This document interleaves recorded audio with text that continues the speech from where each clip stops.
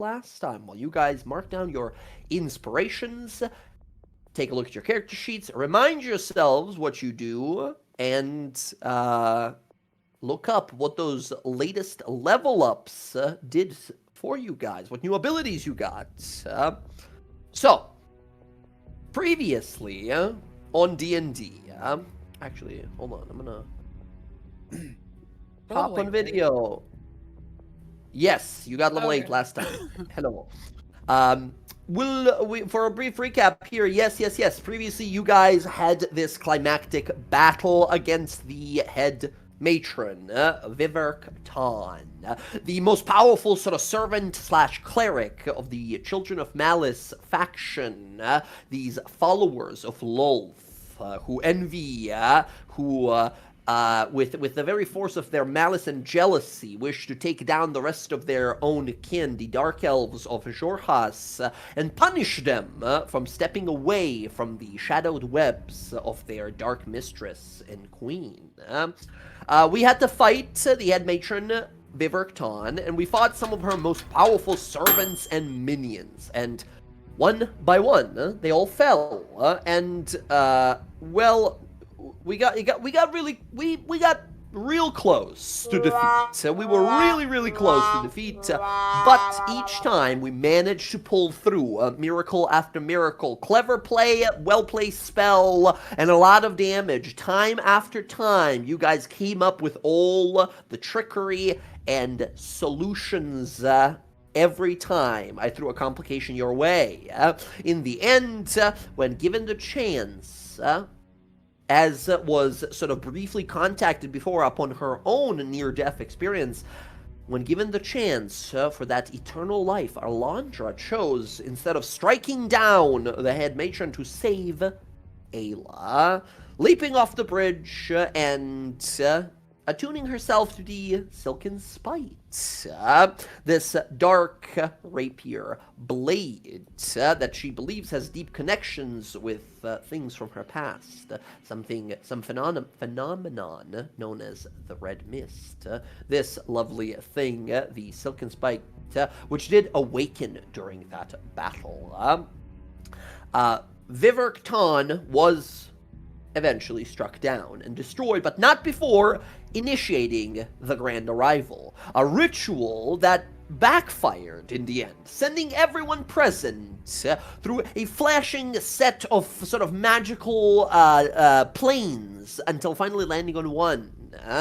Thrown throughout the universe, you all now begin to stand and look around, trying to figure out where the hell you all are. Last thing we saw, and we pick up, I think, in a bit of a cinematic way here, where instead of picking up with you guys, we see pushing this piece of rubble off of himself in this dark tower, destroyed stained glass windows, the columns that resemble these webbings here in the Temple of Dumaran. We see Varen. We see Tascan Varen Thalos. He pushes the bowl, sort of this fallen arch, off of himself and looks over as we see Red, his sort of Wyvern mound, kind of land there that Ayla has been sort of using for some months. And he sort of looks to him. It seems that Red's wing is sort of bruised and he's having trouble moving. He sort of looks him over for a moment and kind of stands up and looks around, and he calls out. We hear him sort of calling out, Ayla! Alandra! Talion! Where are you all? And he's kind of looking around, stepping forward through this rubble of this giant bridge. We see the red throne there from that previous battle as he looks out that broken stained glass window that he sort of flew in at the end, trying to be your guys' reinforcements.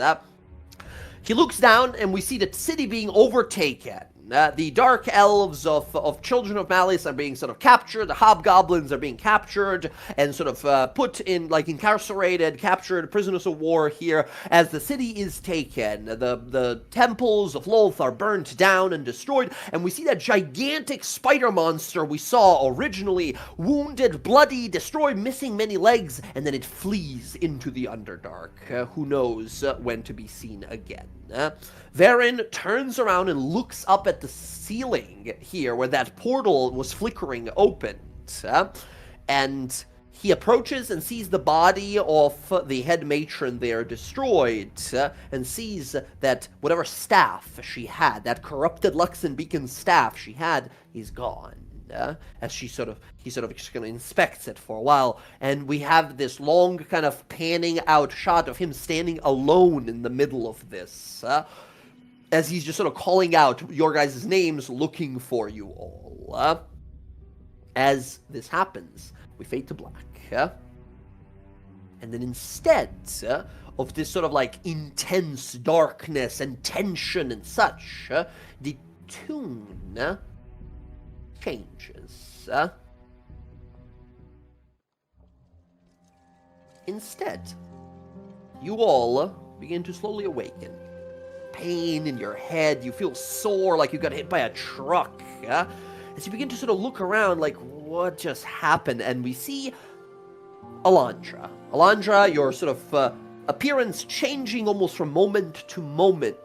Your Eladrin self attuning non-stop in waves, as if seasons passing over you for moments, as you sort of stand up and look around to look down and realize you're holding this silken spite blade in your hand. But then, as you kind of turn, you look around and you see some of your friends laying in the grass near you and such. You see Zoria has fallen over into like a stream of water. There's like a river, and Zoria's like her head's down underwater at the moment. And you all begin to sort of stand up and kind of look around as you hear this sort of perky strums of a harp that is joined by a contemplative notes of a piano and a wandering flute here and there and a powerful cello. The melody that just sort of grows more majestic with each swell before relaxing into a subdued interlude and then building once more. The mood is immediately contrasted from your previous location. It is peaceful and with a curious sense of wonder, conjuring images of moonlit glades and dancing sprites through the grass where you lay, as strange winding pathways go on through the dew-covered foliage. You'll kind of look around as Zoria, you sort of wake up and look around, and you feel pressure on your head as you see a little animal jumps from the side of this little creek that you fell into and thinks your head is a rock. As you see a little bunny with a unicorn horn like land on your head and kind of look down and left, right, and then kind of frightened jumps off of you, turns towards you, says, "Watch where you're laying," and then jumps away and like runs away into the field. As you all awaken in this place, you're all just sort of laying around looking like, what just happened? You're still in horrible pain. The battle just ended, like less than 10 seconds ago. The portal collapsed on itself, but now there's this sort of omnipresent music, and you guys are laying here. You see a massive river. However, immediately you realize something's not right.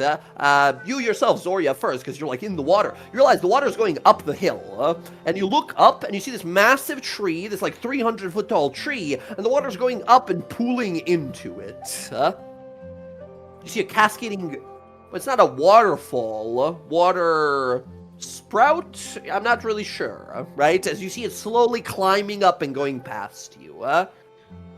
Do I, like, recognize this place? Yeah? You look around and realize these are the soaring streams. A location in the Feywild. Not a place that you probably visited before, but you've heard about. It is the closest thing that the Summer Court has to, like, a swamp. Massive 300-foot trees wherever you guys look. It's a forest, but in such an oversized manner, right? And you see these, like, rivers and flowers flowing up the river. And Alondra, you turn and you watch an entire field of flowers almost animates as they were instead all butterflies, multicolored butterflies. They fly up instead of someone to land on you, someone just sort of fly and float away. As you look up and you see, like, four-winged birds of multiple colors flying around. You see a stork flying ahead and gives you like a nod and keeps flying off into the distance. as further up the tree, you see a family of squirrels, all wearing little like tuxedo suits, just climbing up the tree quickly. Yeah. Yeah, freaking Alondra's gonna just start acting like a Disney princess and start singing to the wild animals. And You guys watch a bunch of birds land on her immediately. A bunch of squirrels appear and start singing with her immediately and dancing around her. Alondra, while here, you do not need to wait for a long rest to switch your Eladrin archetype. You can do it as a free action. oh, that's cool. Whatever you want to, you can just switch your Eladrin type. Nice. The rest of you begin to wake up and look around, and you hear, we've sort of discovered, as long as we've known him, that Gron, the orc fellow that jumped in to save you guys, broke his legs instantly. I don't know if you guys remember that. Yeah, we've I sort of remember. figured out that Gron is somehow cursed, or something's wrong with him where he has intensely bad luck. So while you all fell down, you look up and you see that he was launched up instead. As you hear nearby, boom, he slams into the ground, missing the river by like 5 feet, just laying there a fucking mess, like a broken mess.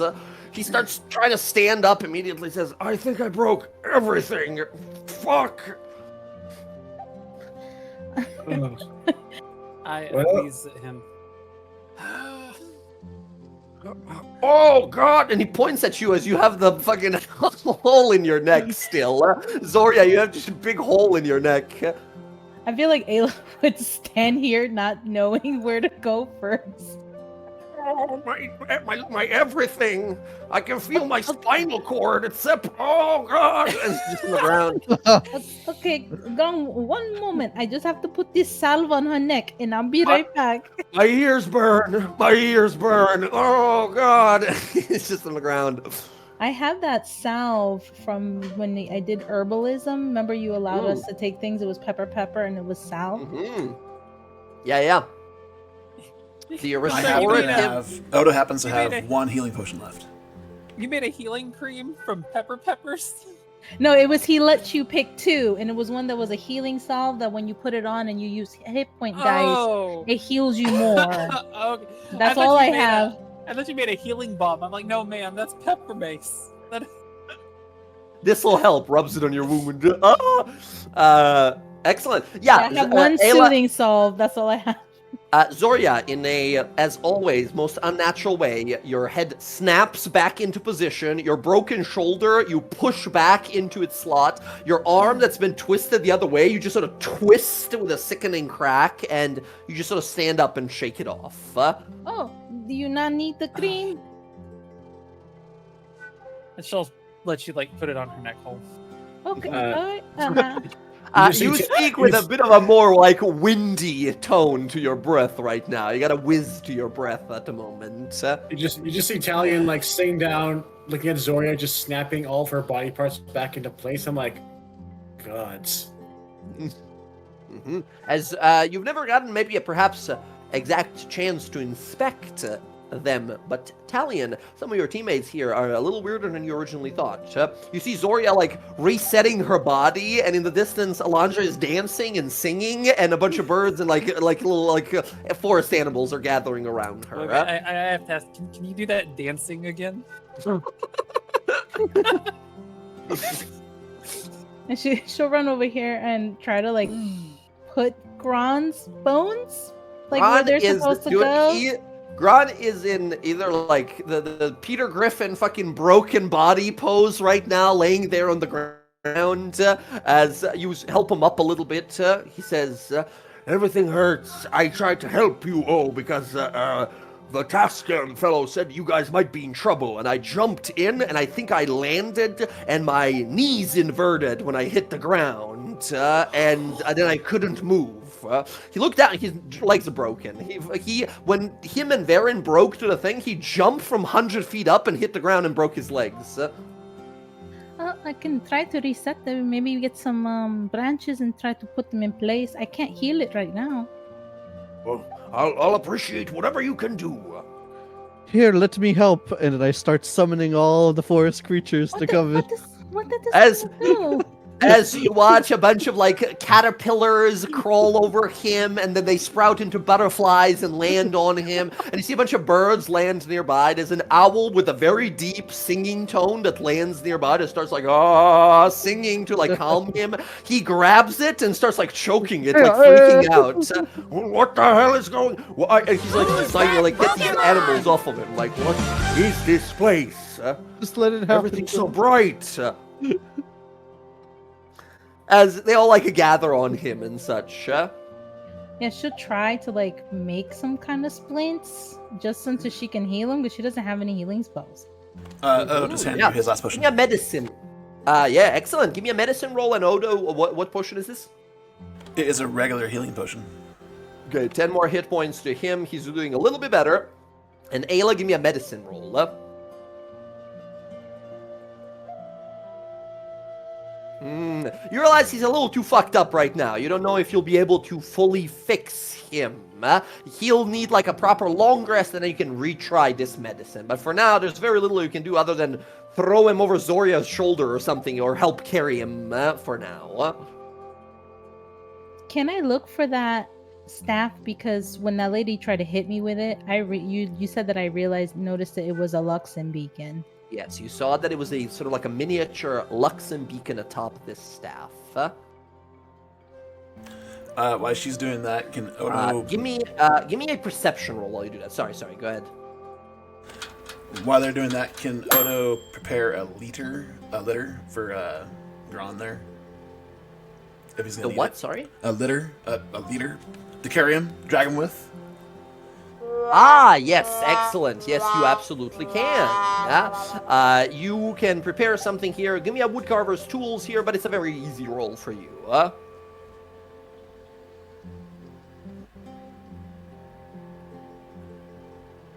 And good perception. What is the +5 you have? That was Great. that bless, but you can't But count it's it. not, It's a sheet not bless. bless. Yeah. Yeah. This is not bless. Bless doesn't apply to checks. That's like saves and attacks.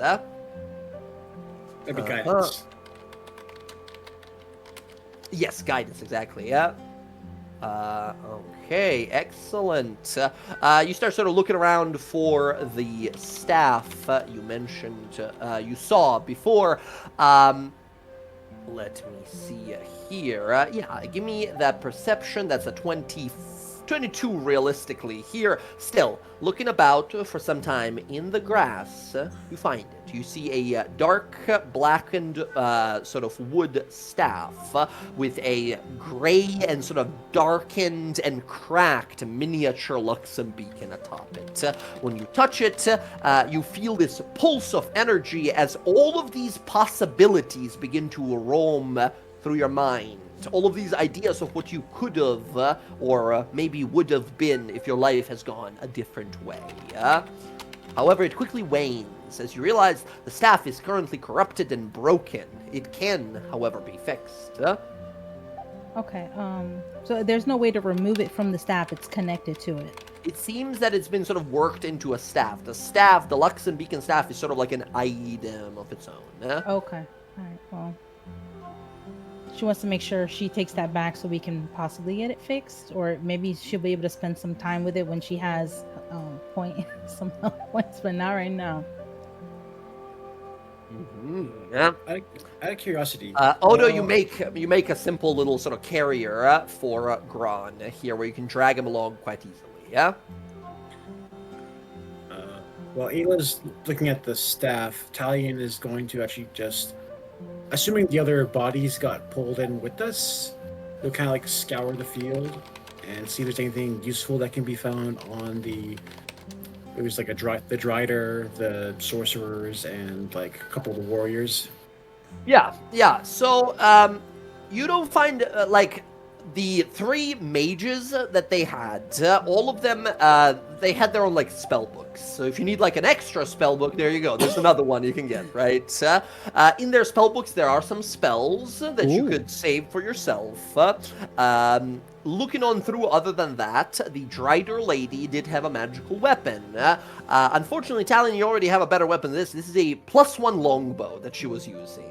As well, in addition to that silken spite weapon she's had.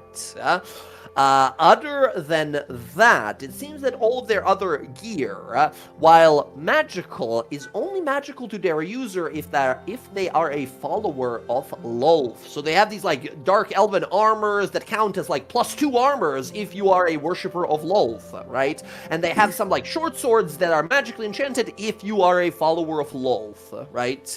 These malice-driven weaponry and armor. The cleric, she gets sucked in.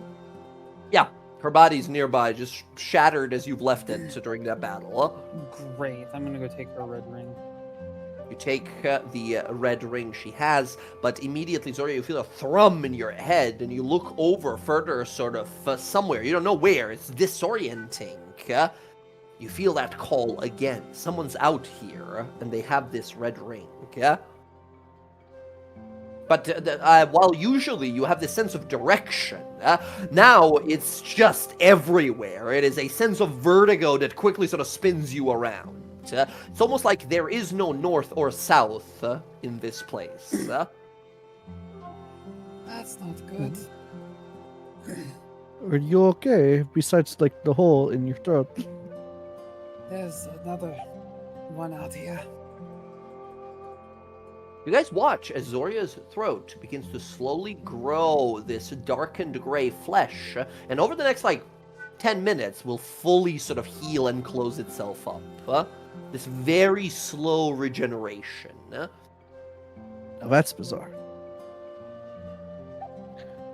The owl on your shoulder, Alondra says, "Indeed," and flies off.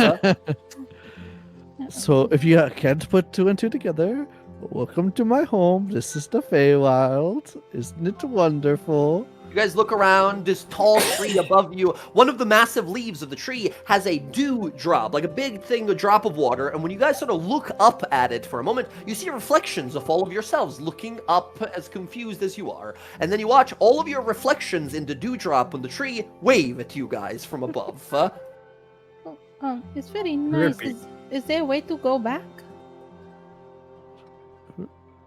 Back? We were kind of in a war, you know? Yes, but, the thing about the Feywild is it's kind of a topsy-turvy. Things go up when they're supposed to go down. Things in bloom where it's not the right season, Suddenly, some things about you make sense. This is a very peculiar place. That's really good to know. Where Where do we go to get out of here? Would Talion know anything about the Feywild? Yeah, all of you guys can give me some history rolls to see what you know about the Feywild.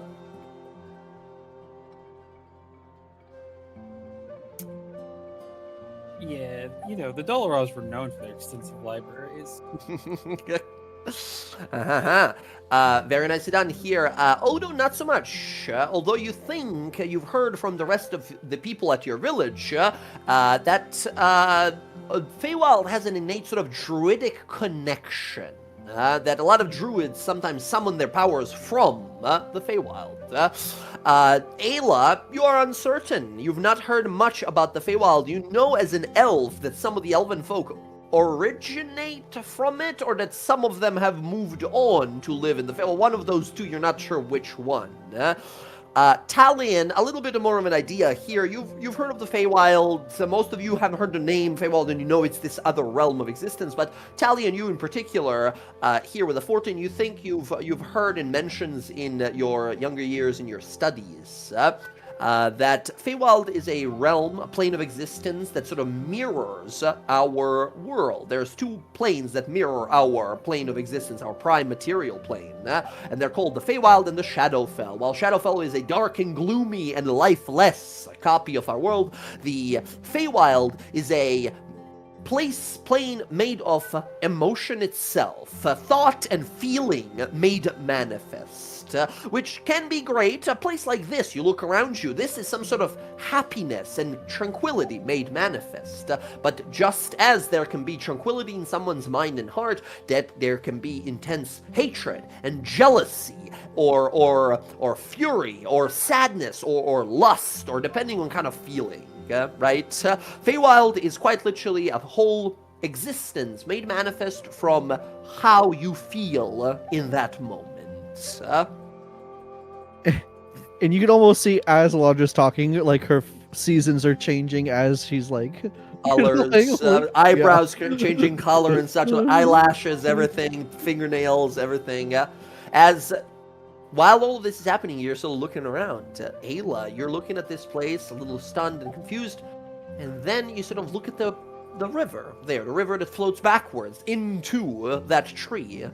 And you look down and you see your reflection in the stream that is sort of trickling and moving, a distorted vision of yourself as you sort of touch your hair, and you see this dark, ebon, almost corroded representation. You realize, you recall now, this place might be tranquil, but in that battle, you got hit by a beam of death energy so intense that by all sense and purpose, by all fate and destiny, you should be dead now. You should not be here. And you recall looking over and waking up as Talion, like barely alive, bleeding from his mouth, like holding a potion over you as you were brought back. And then again and again afterwards, you realize that something has happened to you. Some vital part of you has been not changed, not altered, but scarred, damaged. As you feel that connection to the moon somewhat lessened.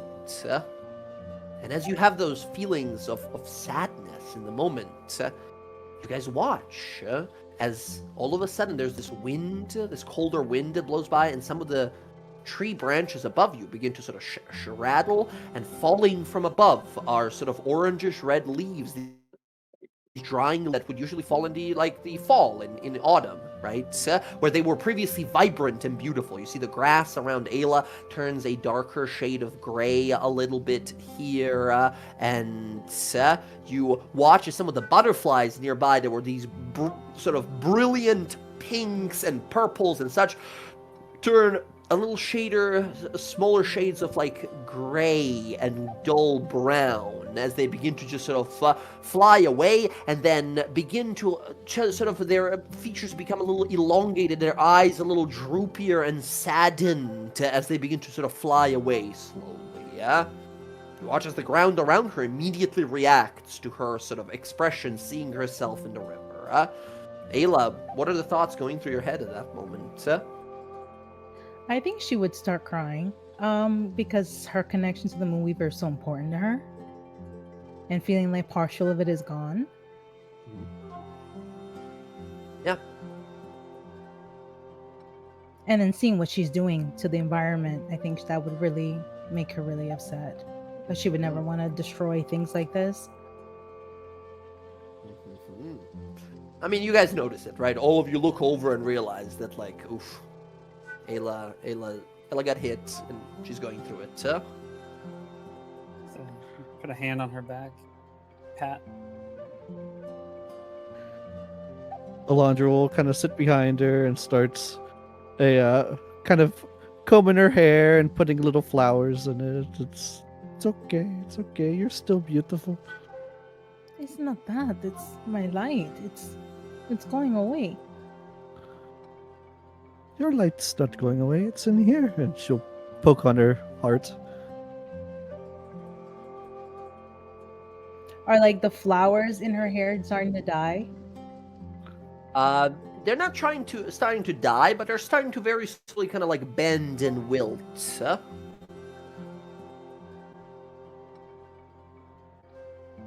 We have to keep going. She's gonna just knock them out because she doesn't want them dying in her hair.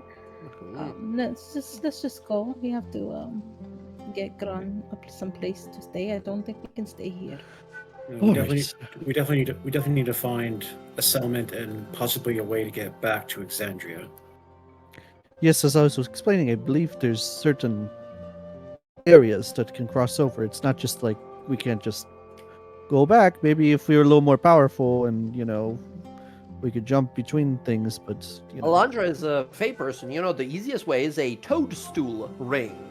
But those can be as easily found because a lot of them are used by dangerous, like, hag creatures and all kinds of dangerous fairies that want a little too much of a price and want to trick you into staying forever and eating a pie or something like that. It's always something fun. But you don't really have time for that. And you, as a Fey, you know that, like, yeah, we gotta be a little careful when we cross over. There is such a thing as passage of time. The elves don't really notice. It doesn't really matter for elves, but a lot of your friends here are not elves. And going through to the other realm, only to find out that you've appeared like 20 years later. That can be kind of rough on people that don't live forever. Yeah, I'll explain that. Like, oh yes, the passage of time works a little bit differently here. Just how things are up when they're supposed to be down. Time could be timey-wimey, So, Can So it'd you, probably be best to try and find a way home as soon as possible. of course, yes. All right. Do you know of any settlements that we could possibly find passage to? That is a Hunter, great you're not question. too familiar to this place, but when you step up to the edge of the waterfall stream there, you look out in the distance and you see one of these massive trees has a beehive on it, size of a building. This gigantic beehive with like layers of honeyed sort of walled edges. And you see a little elevator that goes up to it, and you see a bunch of people gathered there. You see windows and little terraces on it, little tables, and people having like drinks and food over there. That Some- basically looks quite nice. Why don't we 200 buzz feet on away, over yeah? there? Let's buzz on over there. Boo! DM, before we depart, could I try and salvage some of the arrows from the fight here, or if not from the battlefield, then from the archer, from the drider? You guys went through it as well, and whatever like non-magical gear you had that went through it, whatever arrows had, they would have like snapped on impact or broken during like you guys being sucked up and such. If you had any magical ammunition you fired, you can recover that. But any normal arrows you fire just snapped and broke when you guys got sucked up into the thing. Yeah. All right. I will pick up Grun and get him squared away. Quite easily. You throw him over his shoulder and says, "Thank you. I've always thought you stronger than I after I saw you in that pit of sand fighting for There your is a life. stretcher But for Gron. oh, that could work too. I don't mind being carried by tough folk. What about not tough folk? If you can carry me, I'll be honored." He looks over his shoulder. He realizes there's a bone sticking out of his neck. Says, "That's not mine." He takes it out and throws it away. As you put him in the stretcher and start walking, buzzing on over, you see this giant beehive. As you guys approach, you see a bunch of tiny little sprites and little rabbit people there, and there's a big rat in a hat who walks on by. There's a guy that swings by. He's got very short shorts and a little hat, and he swings by with a bow. As you guys walk on up and take this little kind of wooden crank elevator, you go up about 200 feet, and then you enter this place. And as you do, you see quite a beautiful sight up ahead. You enter now a wondrous-looking tavern. A vast place. You see, the floor is sort of bark and wood. The tables are made of bark and wood. The seats are made of giant leaves. A massive tree in the center of it all. There's groups of people of all kinds gathered in this place. You see a bar up ahead, headed by what looks to be a little pixie lady with little fairy wings flying around. She's talking to some people as she snaps her fingers and calls over to what look to be like golden elf statues who gather trays of drink and sort of float on over to some tables as right behind her she calls out, "2 pines and put a little extra on it." A gigantic, what you thought is a cauldron, this gigantic sort of alchemy glass dome apparatus has a 50-foot wide and tall moth creature sitting behind it with its proboscis inside of this glass dome starts swirling its tongue around, causing the drink to pour out and flow throughout the tavern, pouring into people's glasses and steins and drinks. As everyone's sort of like, yeah, cheers, as you guys hear a groan as a part of furniture near you, this giant tree turns and looks at you guys. As you see on the upper floor above you, there's a frog, a size of like a horse, with a golden crown on, looks at you guys down below, and a bunch of these like elves that sit nearby.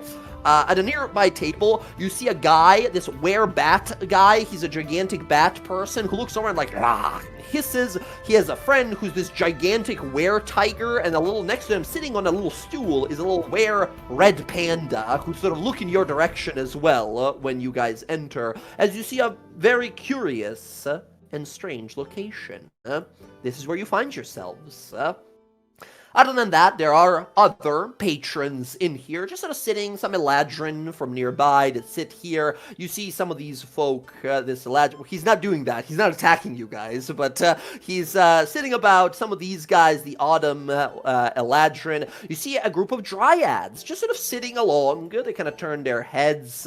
The were-tiger, his friend the were-bat, and of course the were-red panda just sort of look at you guys kind of confused, as over here there's a giant tree of strange colored leaves. Up and over here you see this guy, he's a frog with a crown, and then working at the bar with a single patron sitting next to them, what at first you think is a gnome, and then you quickly look at them and realize, like, no, that is not a gnome. I don't know what that is, but that is not a gnome. You see a wooden person with a third eye in their head, and a little, like, straw hat that they wear, and big old beard. And you see this woman who's heading the bar, this lady.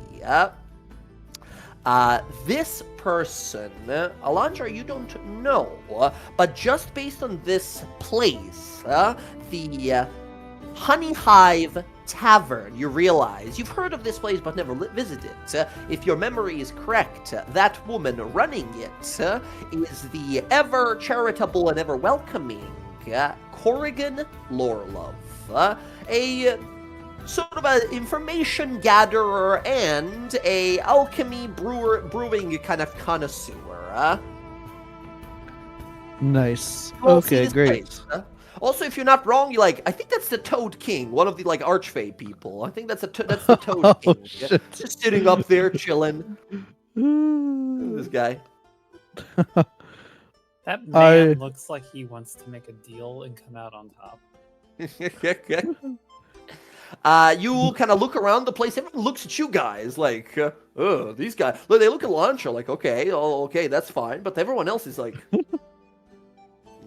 you guys are not from around here. Everyone immediately sort of gives you this look. I'll turn to the party and say, okay, Feywild rules. Be careful of making deals. Okay? I thought that was the Hells. It's the same difference, you know. Be careful what you say, be careful what you do. These are nice people, have a good time. You see But- a little flutter, and a little pixie woman flies up in front of you there. Alondra says, your name, give it to me.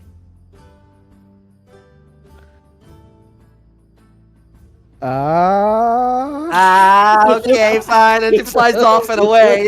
You're like, you little. Does the same, goes over, and you hear from the other side, Gron, my name is Gron. And you hear a little whimsy of magic, and he goes, what was my name? Actually, hold on. He looks on over, as you see a little pixie, like, fly away, having stolen Gron's name.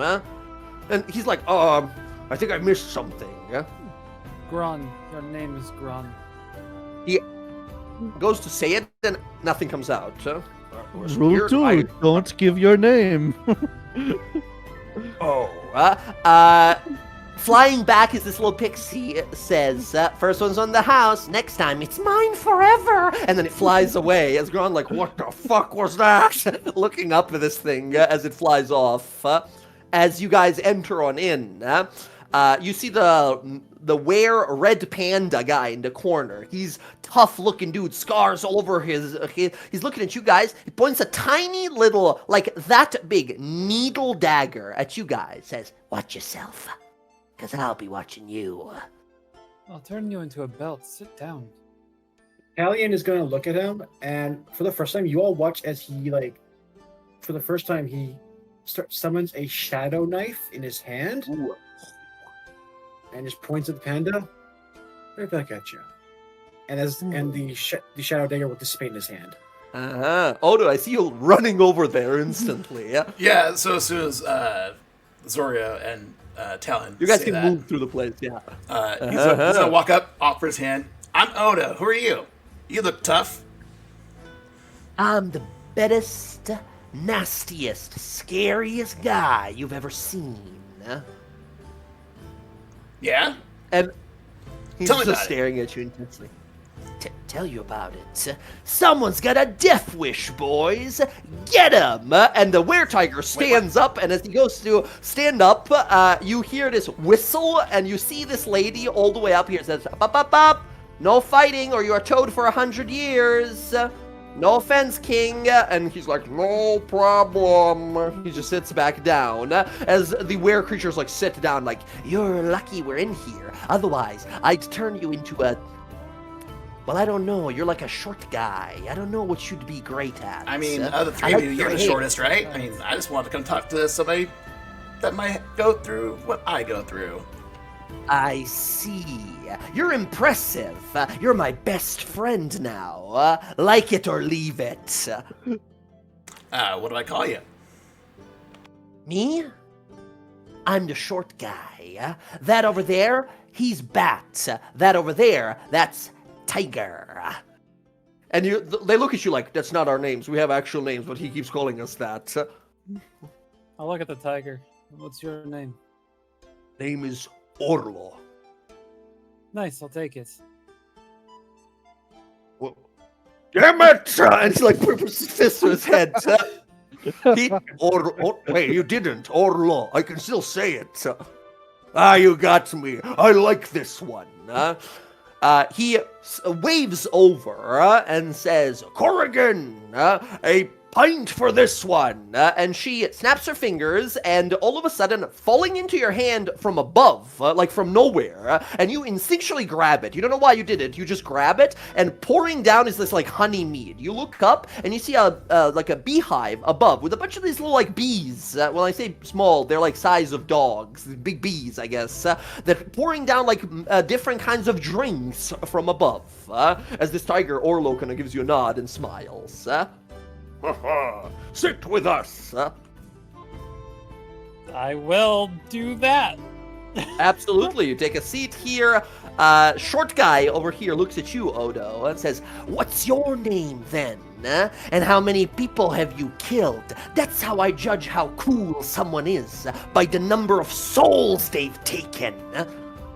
110. I don't count in souls, but I have fought many worthy and unworthy souls. When you say that, Talion says 110. He goes, "Holy shit." Stares up at Talion. "Sit down. Tell me about it." The bat guy is just sitting there kind of looking around. He's got this like crazy looking face. Says, "Sorry, I can't do anything about it. I've been cursed by a floating pumpkin head. I have to make this face forever." Diane's just gonna sit down across with his beer and just say, "Well, let me tell you the time I intimidated a demon to get shot full of arrows." And he'll begin to explain about what happened with the demon gang stuck in the corridor and just filling it with arrows. Absolutely. They're buying it. They're loving the stories and such. They say, have you guys, the drinks keep flowing immediately as you guys enter. I see you there, Alondra, walking on up. You approach this floating fairy girl, and she's not as small as most fairies. She's a little larger. She's like half the size of Odo, right? She's like a 2 foot or something like that, right? No, Odo's like, how tall is Odo actually? I don't know. It was probably like, what, 3 feet? 4? Something like that. This lady's about half his size. He is 3'1". 3-1. Yeah, this lady's like a foot and a half at most. And Alondra, she looks over to you, and she floats on up and gives a little wave, says, welcome, welcome to the Honey Hive. Are you up for a drink, a cocktail, something happy, something sad, maybe a little exciting? We got it all! Mistress Lorelove, I do a little curtsy. I am the songstress of Sealy. I am happy to be in your establishment. He squints and smiles, says, Alondra Sealy, I've heard your name and your song, off it at least, before. I was always hoping I would have you as a frequent entertainer here. Yes, I would love the opportunity to perform for you. Who's that Pokemon? Please. She snaps her fingers, and a bunch of bees pick you up by the shoulders and drop you on a floating platform. All lights shut down except the beam of light that comes on top of you, and the whole bar looks up at you. Amazing. Lodra loves this. Absolutely. Go ahead she and will- give me a performance roll, and if you go into if you use Blade Song, if you still have it, I'll give you advantage. So we never got a long rest then, right? No, after No. that battle. Oh, I still have one blade song actually. So I still have one Okay, blade song. excellent. You can use it here if you want to, and give me Yeah, I'll use a it. I'll use it. performance roll. Here we As go. everyone gathers and looks on up. Oh, I needed it. So 13. You have that inspiration, but I don't know if you want to use it already. you know what? I'm using 13 it is because okay. Oh, okay. We can't be embarrassed here. So Okay. oh, terrible! I'm embarrassed. No, Luckily, you get to keep the 13. highest roll when using the reroll and such, so it's Wait. a 13 just barely here. What is Alondra trying to do? Alondra, apparently this lady has heard of her music, and she snapped her fingers, a bunch of bees flew over, picked her up, put her on a floating platform, and she's performing. She's singing for the whole tavern right now. Awesome. Alondra, you sing, and it's a fine performance. However, you still feel a bit of pain in your rib, a little pain in your back and such, as it distracts you a little bit. You play your best, and most of the people here are impressed. But you see the big toad goes, I'm heard better. Yeah, it'll be a song of our recent battle against what are they called? The Children of wolf Malice. people. There we go. Children of Malice. You know. Mhm. Excellent, excellent. Yeah. As and this, by the way, this is the next 10 minutes. You're doing this. You're singing and dancing and you're jumping on bees and jumping from a bee Right. to bee and Yep. singing and dancing around, and colors are swirling in the air, and everyone sort of gives you a big applause at the end of this. And Corrigan gives a little clap as well. Says, "Exciting, very exciting, and a gift to hear your." Notes. Although I must say, you and your friends look like you've been through a thing or two. Maybe a little, and she snaps her fingers, and appearing in her hand is a little cocktail glass with what looks like bubbling lava, right? And she gathers it, says, something to rest your nerves, and she passes a drink. Yes, what I literally just sung about. We just went through that. That was pretty fucking intense. But, okay. Incredible. Malice, Children of Malice, that is not from here. I've not seen those spiderlings anywhere here in the last few decades. Yes, it's on the material plane. You know, Exandria. Tourism, always fun Yeah, this of part course. of the year. She'll thank you, lady. And then she'll take whatever this is and drink it. So. Yeah, it's you drink it and immediately you feel some of your wounds begin to heal. You feel at rest and such. This is a sort of belated long rest you get, and all of you who drink here, you guys get a belated long rest. Whenever you leave from Huzzah. this place, Alondra, your friends don't realize it, but you do. When you leave this place, it will have been exactly 8 hours, and you have long rested, having stayed here even for 10 minutes, right? No matter how much time you spend in here, it'll be exactly 8 hours when you leave. That's hilarious. As you guys are long rested, all of you go back to your sort of maximum potential after drinking a few here. She looks at you, says, "Now you look like you're from around here. Your friends look a little lost. Showing the was about to say. homestead to the new No. gang, perhaps? When we fought this entity, as I did in my song, there was a little bit of a, portal that led us here to the Feywild. So it's a little bit of a return trip home. Yes, it's nice, but honestly, we have some business there that we need to get back to. So, do you know of like one of those Fey gateways that we can just, hop back over to the other side? Thinks about it, says, well, I've never really wanted to go on to the other side. It's usually the other way around. All these stories of people being lured away, coming over to us. Really, it's curiosity that gets you on this side of the road. But she looks over across the bar, and at this gnome guy, who seems to be just sort of like, he's like made out of strange like straws and everything. She says, that fellow over there, he's a bit of a wayfinder, traveled all across. We have him here every few decades. I'm sure he can find just about anything for you. Give him an ask.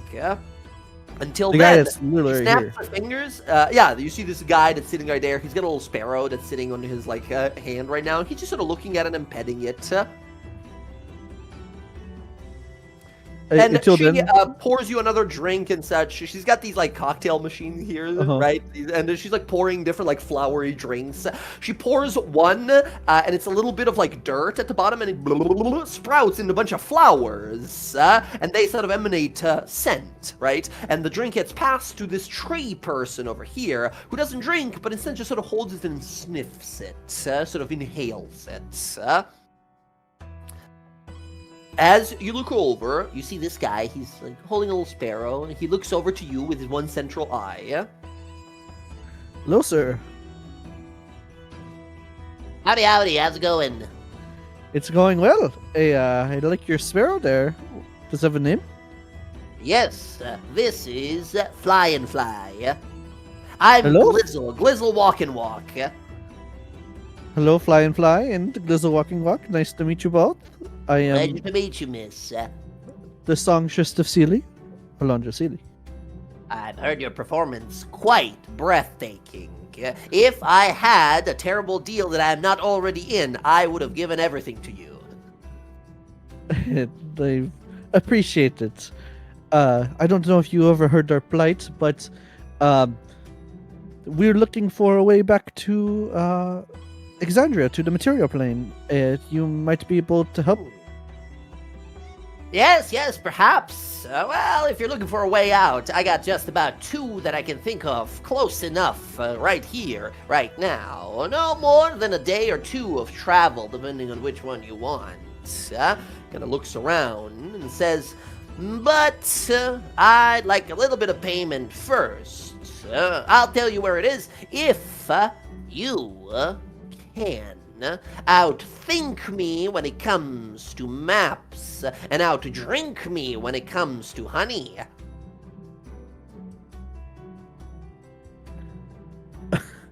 I can now drink.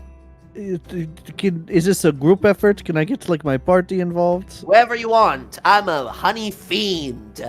Great. I will outthink you, but I think I have a friend that will outdrink you, if you know what I mean. I'd like to see them try. He'll welcome you guys to sort of compete with him here. He's willing to trade information, but he doesn't want any coin. He wants to be challenged. Meanwhile, Ayla, you're back over here. Gron's going to be sitting at the same sort of table where you are at. Sort of laying there, kind of fucking broken and such, looking over towards you. Says, I imagine she's still, down. Oh, she's terrified of getting anywhere near that tree because she doesn't want to do anything to the environment in here. So she's severely worried about messing up this beautiful place. She's excited because she would love to explore it, but she doesn't want to damage anything in here. Yep. So I think like she's not as happy-go-lucky as she normally is because she's just severely worried.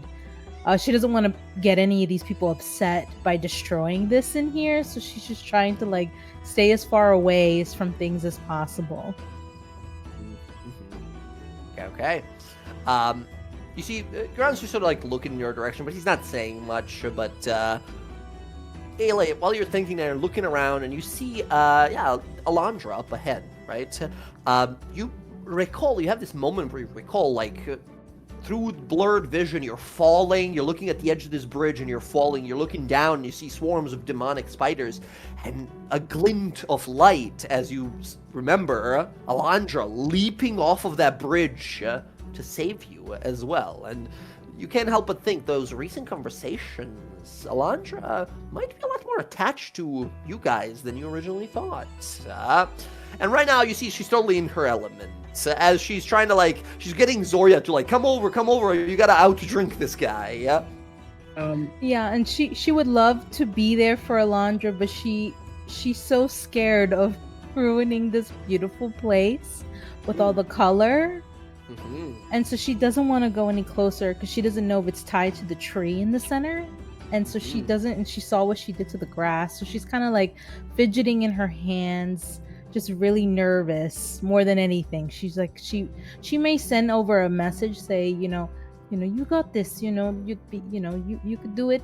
I can't get any closer, but you got this, Alondra.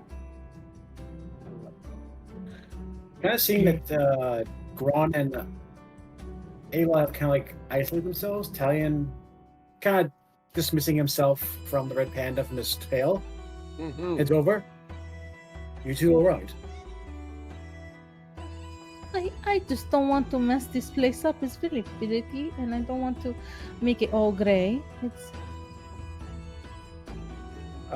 Can I make an insight check to see like what seems to be the cause of Ayla's like change in mood? No, you're very insightful. You do not even need to roll here. Like, you look at her, and I think instinctively every once in a while she's tapping her holy symbol, like almost nervously, like without thinking, right? Like reaching for it and such. And you see her sort of like hair, previously beautiful and vibrant, as sort of pale moonlight, but now this darkened, a scar of necrosis that she bears. I kind of like look at her hair. Is your new hairstyle the cause of your mood, Ayla? No, I don't do this to my hair like Alondra. They hit me with some necrotic magic, and I feel my light. It's fading. You watch as Talion like goes into his bag and pulls out his spell book. It's like, I have a spell here that might be able to help if you're willing to let me experiment. I mean, I'm willing to let you experiment. I mean, maybe not in here because I don't want anything to happen to this place. It's really nice. All right. Well, whenever you feel like you're ready, I have a spell that might be able to restore your former self. But again, I've never cast magic before. This will be my first time doing it. It's okay. I mean, there's one thing I know. You have to always believe and have some hope. And then she'll like show the Luxon beacon. It's like, that's what this is. All about hope. You have to believe in it. It's like darkened and had cracks in it currently. I'm going to fix it. But not right now. Well, I don't know if I trust that thing, but... Oh, the Luxon? They corrupted it. This is not how it's supposed to be. Still, I'm a little iffy on the whole Luxon thing. It's still relatively new to me. It is to me as well. But I had a good experience with it one time. Ayla, I was gonna say, you see Talion kind of reacting to it and such. I don't think you'd find it weird or like suspicious or anything like that, but you think it's a little odd. Like, you're a Kryn Dynasty person. This should be like, everyone here loves the Luxon, or there love. Well, I know that he likes the Bahamut. I heard him say a prayer, so I know that he's not tied to it. Mm. Yeah. It's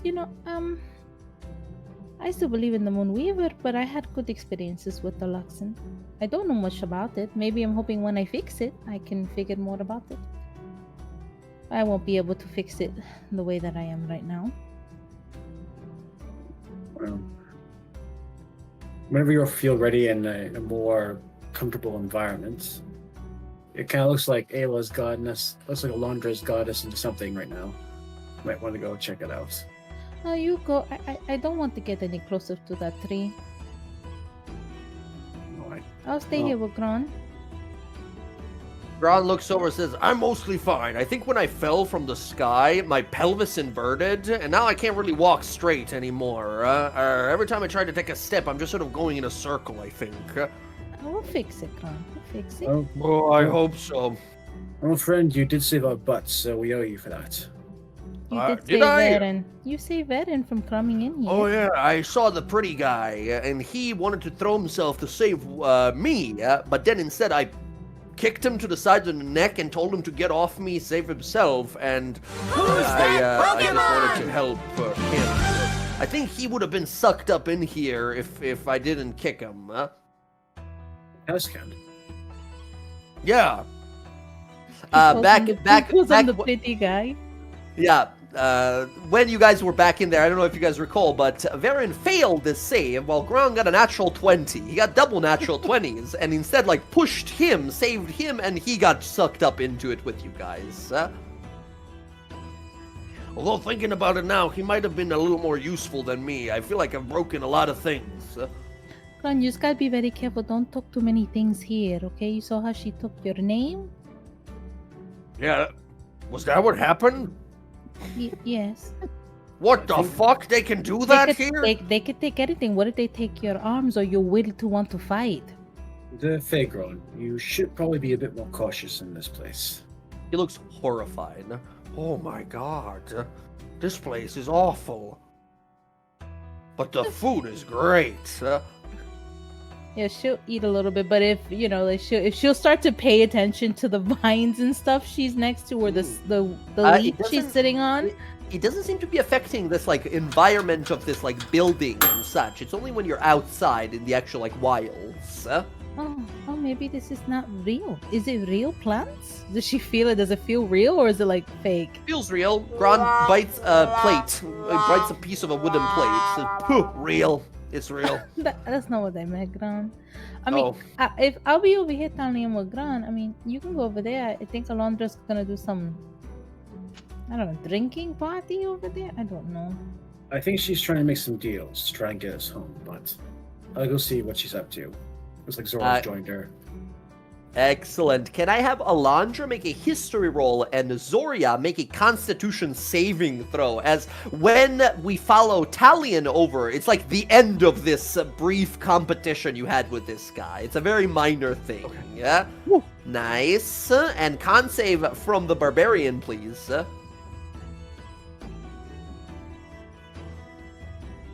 Jess, you there? Yeah. Give me that con save.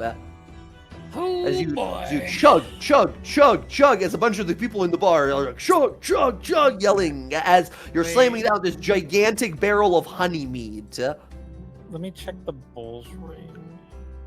It gives weird shit. Strength. That's strength advantage. Okay. Ah, God. I'm good at this. I can do con saves. Oh, come on.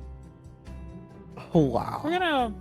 You're getting drunk. You're getting drunk. We're gonna We're re-roll gonna this. Wait. Oh, you technically would have advantage. This is not a poison effect, Oh. but it's a heavy alcohol, and you, Oh, I okay. believe, have advantage against those. I do. Yes. 16 is good, but you still feel yourself a little woozy, right? As you continue to drink here. Zoria, the more and more of this you drink, by the time you're done, you realize, like, why is everyone looking up at me? And for whatever reason, Zoria, you have grown to twice your size. You are a 16-foot tall person right now, or something. Like, you're massive. You're gigantic right now. As you look around down at everyone, as you feel yourself kind of drunk at the moment, swaying back and forth a little bit, which is a little unusual for Zoria. It seems whatever magical nature there is to this nectar you've been drinking is somewhat affecting you. you. Little okay guy up over there? here, the guy, Glizzle, says, not bad at all, but I think your friend here drank a little too much for their liking. Nope. Where I come from, you don't stop until you are on the ground. You see You can Corrigan see. says, yeah, Corrigan smiles and says, you heard her, boys. Go big or go home. Let's go real big. And she passes you another barrel of honey mead. Fuck. Okay. Oh, God. Give me one more con save.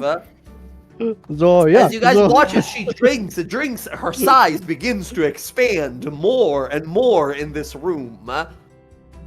I'll start a chant for Zoria. Zoria.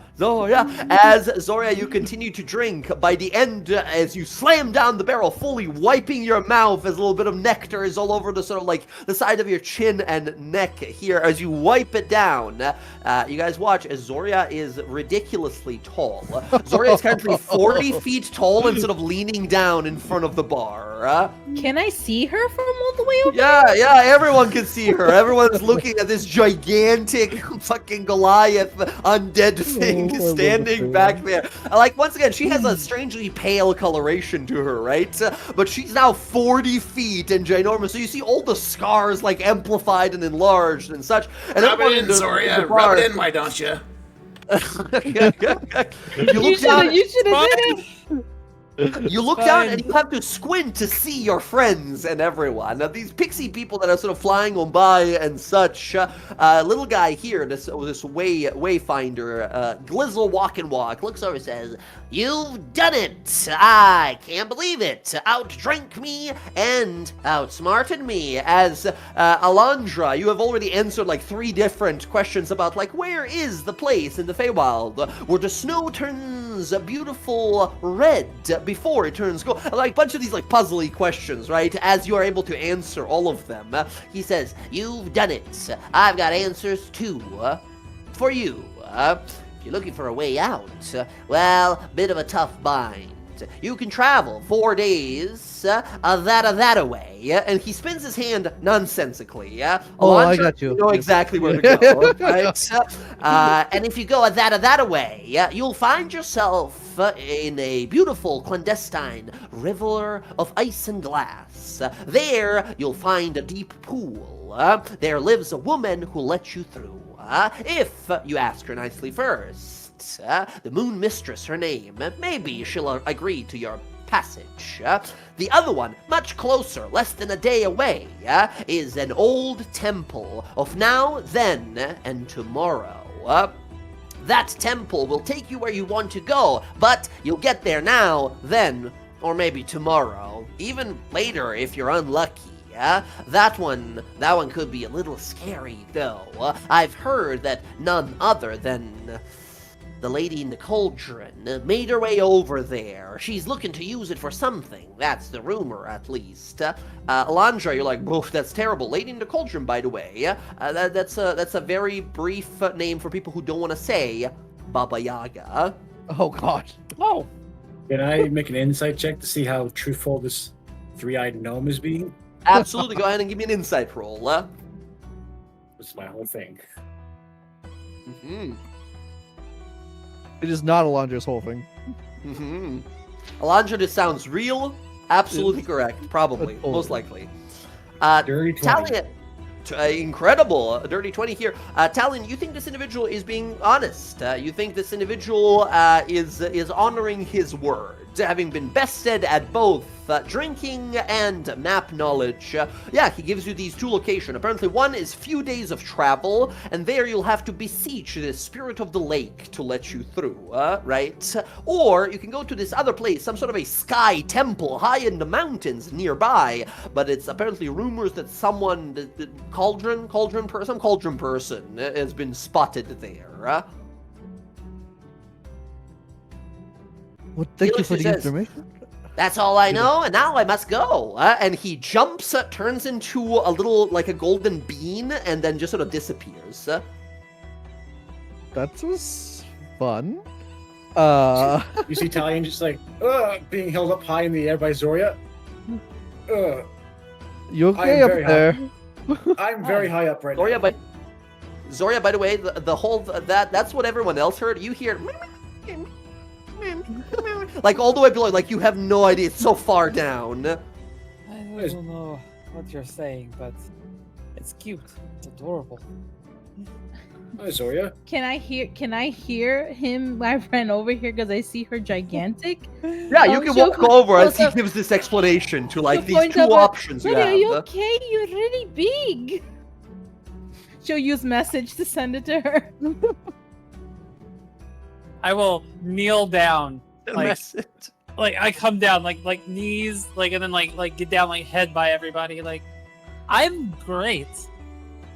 I don't feel my legs or I don't feel a lot of anything right now. It's fantastic.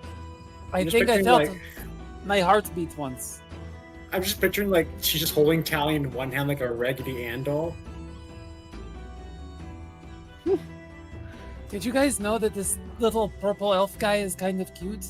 Wait, you talking about Italian?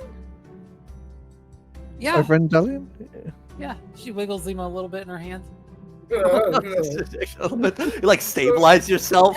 He's cute, but I think he's getting sick by you wiggling him around. He doesn't look good. He's not a toy, he's a person, you know? No, I know, right? And she like sets him down, like on the ground, and like fingertip like on the top of his head, like there. Yeah, see, you're okay. He's trying to like stabilize himself. Like, ugh. Now I know what seasickness feels like. When she gently like taps his finger on you, it's like an eclipse, right? It's this gigantic thing that blocks out the light of above. Amazing. Maybe you should take some of this alcohol with us so that you can make yourself really big in battles. That How do you feel? amazing. Right? I- I think it'd be great. I feel really good. I've never felt like this, and I don't remember. When... Maybe you were always supposed to be a giant. You guys realize very quickly by the way she's talking, because it doesn't sound like somewhat usual Zoria, she's so drunk right now. Yeah. It is absolutely fantastic. I like everything's tingly. Zoria, you get a tap on the back of your shoulder, and you see this tree walk up over here. It says, "May I have this dance?" and holds its hand out. Alondra, I'm going to dance with a tree, and she like gives it his hand. The treant takes you back and starts dancing with you, and the two of you do a little like combined dance together. You like have a little trouble like scooting around. You make little earthquakes every time you step. You guys watch over the next few minutes as Zoria dances with this what looks to be some sort of like a peach tree treant, just sort of dancing with it. It's a good time. Huh? Is the beehive shaking? A little bit, right? You see the bees flying around and such, and everyone is just sort of like in a good mood currently. Yeah, you're just sort of looking on up, and yeah, Alondra, you look up. This is the Toad King, one of the archfey of the summer court, right? His whole thing is feasting and enjoying good food and meals and such, but also the other side of that coin is like gluttony and need to eat and feast, right? So two moods to the Fae always. I could go introduce myself, I guess, since I'm here. Sure. As you look over and you see gigantic Zoria dancing with this tree. Zoria is like, is Zoria leading or follow? Like, what is Zoria leading or following? It's awkward. She doesn't really do either. Dancing, Mhm. probably the dancing is not like her thing, but she's trying. The tree says, "This is my move," and it starts like twerking immediately as we go up over here to like the Toad King. As Alondra, you see this big frog just sort of sitting there and kind of rotates its body and looks at you. Hello. Hello, my name is I know who you are. I Oh. know you and your brother, and I know who your mother was. I'm the Toad King. I eat knowledge and I spit it out, as I do with any food. You knew my parents. Well, I knew of them, as I know of many things, but I've never met them. I have been away for a while. I was just curious how fares the Sealy courts. Things are fine. The Queen of Night and Magic has gone on another quest. She and the Queen of the Tides have been seeking a problem maker. Things have been a little odd, but odd can be fun. Would you let me swallow you? Whoa. And I think I will pass, as unique of an experience as that must be. You know, Very well. people must be lining up to be swallowed by you, but I wonder if I could fit that one, points to Zoria, says, in my mouth. you know, she's a real mouthful. I don't think it would taste very good. Fair enough. It's only polite to ask before you devour someone. Yes, so say that again. You said the Lady of the Night and the Lady of the what? He mentioned two names, and you know both of these names. The Queen of Night and Magic, called Celeste. That's one of the fairy, archfey queens, right? Uh-huh. The other one, she said Queen of the Waves, and that one's called Marina. There are multiple queens and kings of the Fae, or the archfey. Right. And they're all kind of demigodly level. They're not gods, but they're very powerful. I will specifically ask, how fares Lady Elminor? Hey man, you see a person standing next to you that you almost stepped on. That looks over. I don't know if you can. I don't know if you can see it, but you sat into their seat. There's a person right there. There's this crazy, coked out looking gnome with ripped hair and destroyed tunic. Says, "You're in my fucking seat, man." I'm sorry, to pat him on the back. I did not see you there, my friend. I gotta go, and they run out of the bar instantly. Sprint out, almost bump into a person as they go out. I thought you did that. I thought you intentionally sat next to them. There's just a guy there. No, who the fuck was that? I didn't even see them there. Just sprint away immediately. All right. You didn't eat that, little guy? I didn't even realize there was a person there, if I'm being honest. Me neither. What the fuck?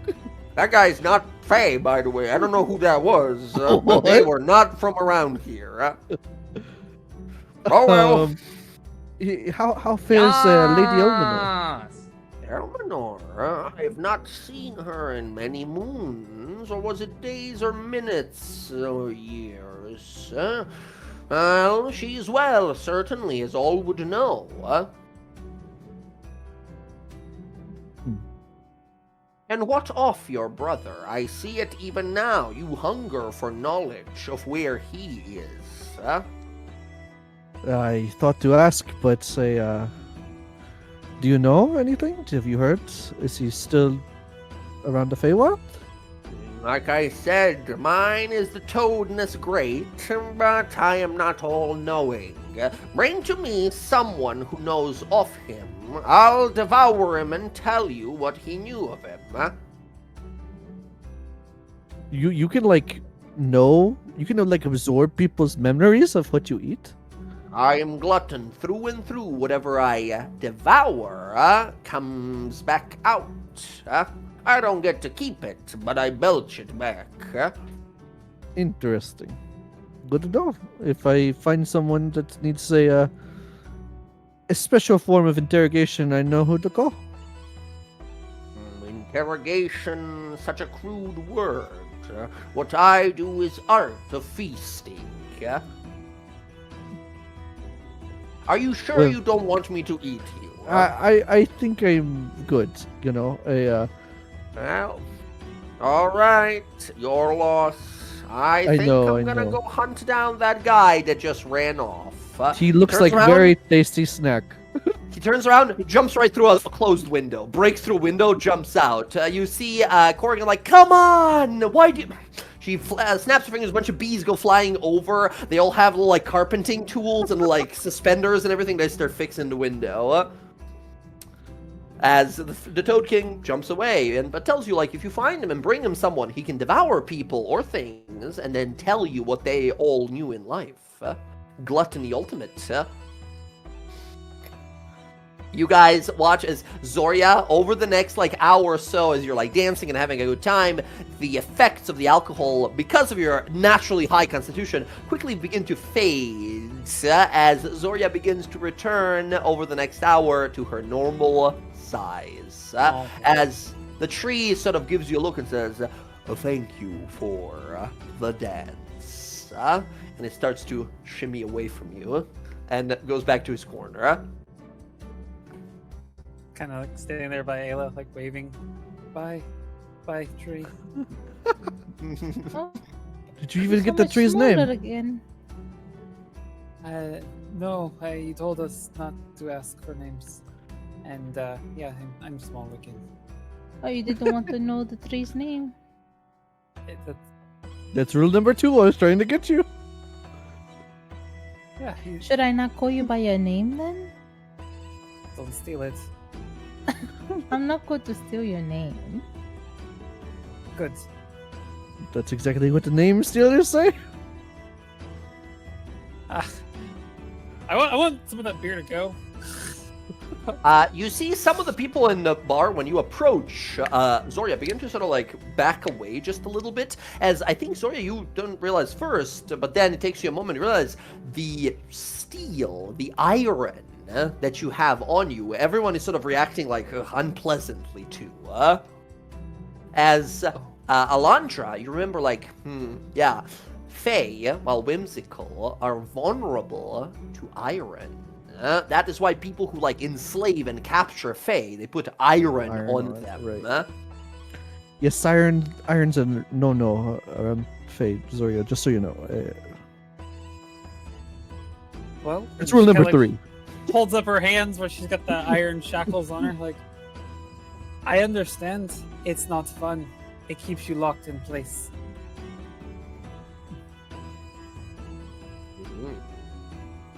Ayla, as you're thinking to yourself, all right, well, maybe you feel a tap on your back, Ayla, and there's a little guy standing there crying. You see this guy just standing behind you, Ayla.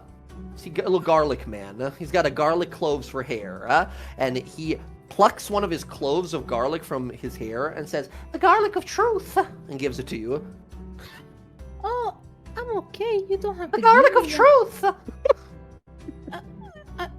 Is it going to make you happy if I take this? Oh, I'm so sorry you're crying. The garlic of truth. And he's just holding this to you. I know my friend told me I can't take something without giving you something. Okay, give me something then. She gives a pepper. It's a fucking pepper. I gave you the garlic of truth, and you gave me a pepper. That will give you some health if you get attacked. I don't have much.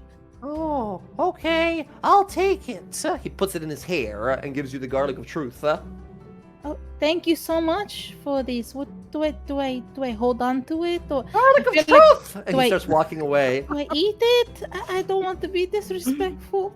You can mark down. You have a garlic of truth. You have it now. You have no She's idea just what to holding it. She doesn't know what to do with it. do. You're just like, what the fuck? Alondra will go up to her and say, "Oh, you got the garlic of truth." What does that mean? Do I You eat know, it's it? the Do garlic I of hold truth. on to it? Do I put it in the soil? You see, It's the garlic of truth. you see, holding up Talion just gives it a quick little sniff. Best you can tell, Talion, to your refined senses, that's just a normal garlic. Yeah, I could probably turn into some nice garlic bread.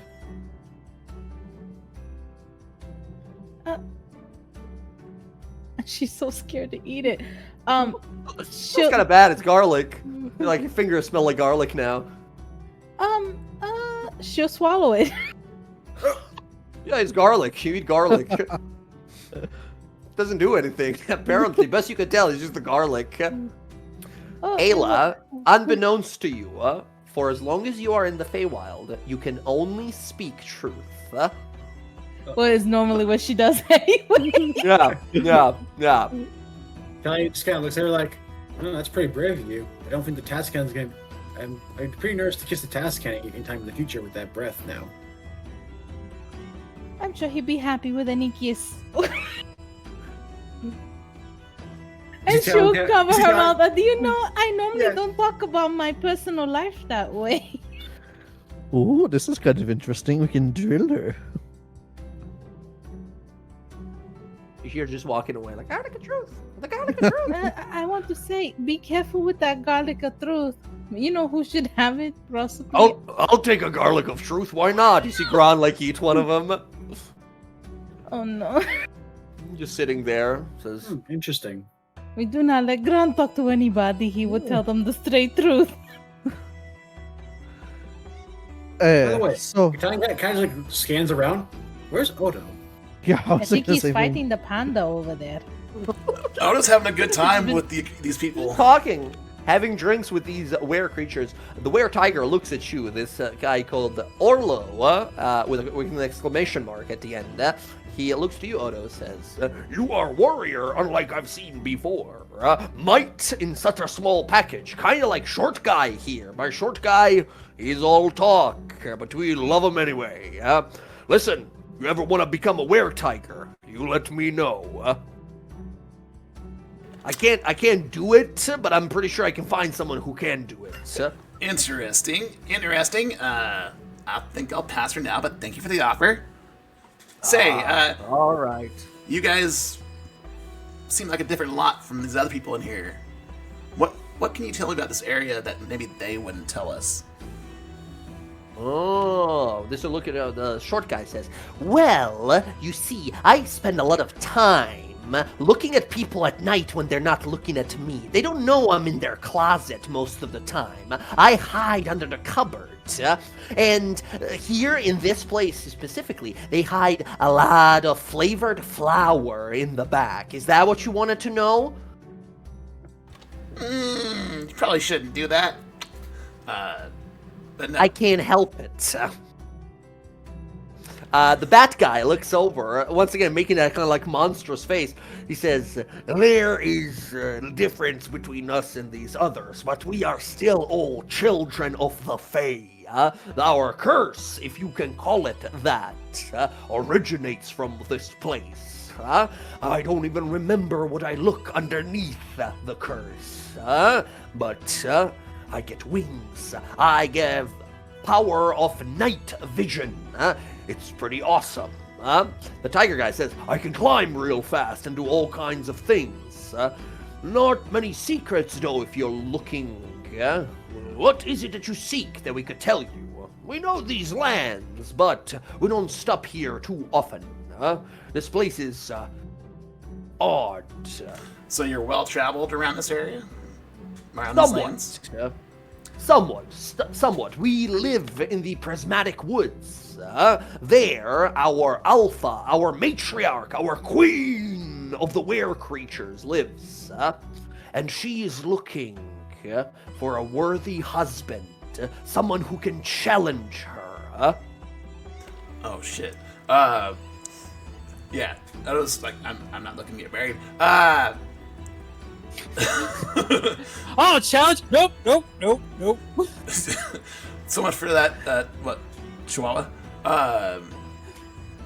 No, he wants to compare notes. He wants to ask them about an area where they can get home, and then later on compare notes with Alondra.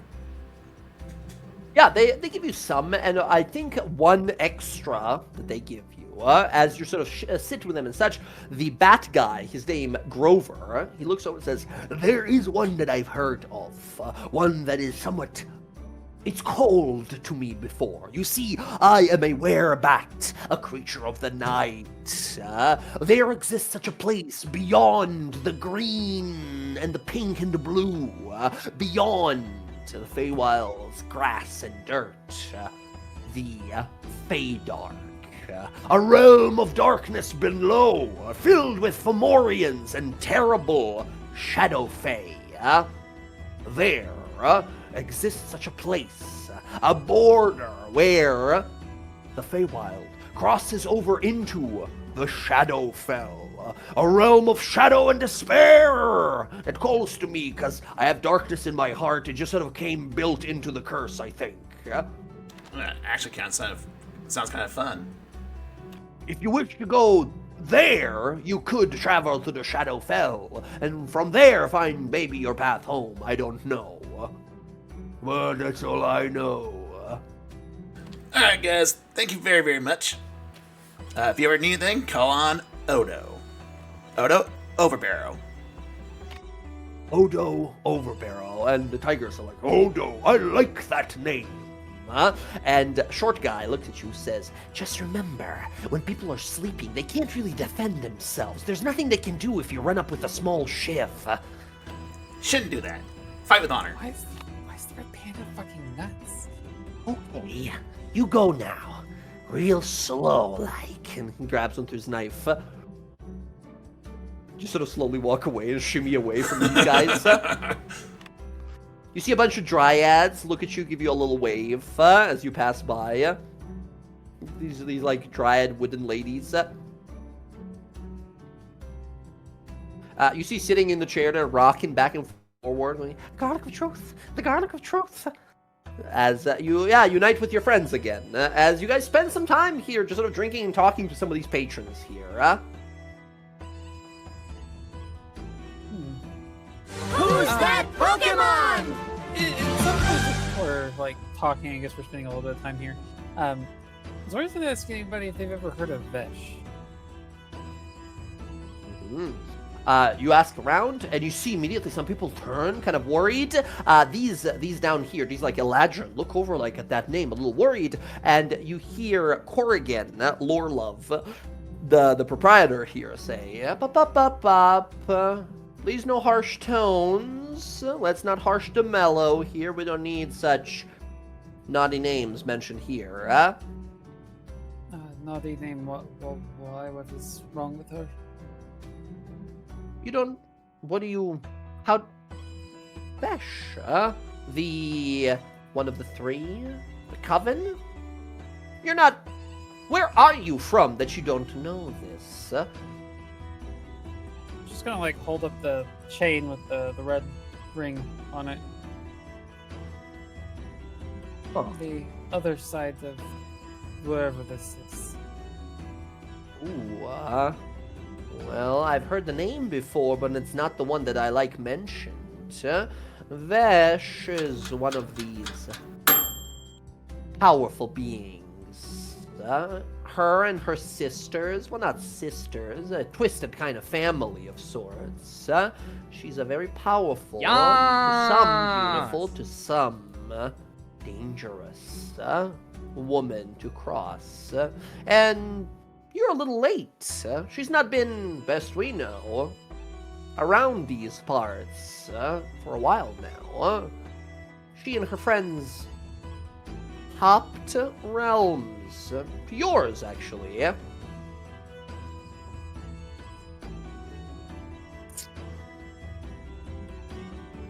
Great. You Shadow hear looks. Elo whisper, "See, she's part of the matron like we thought." Yep, that's what I was worried about.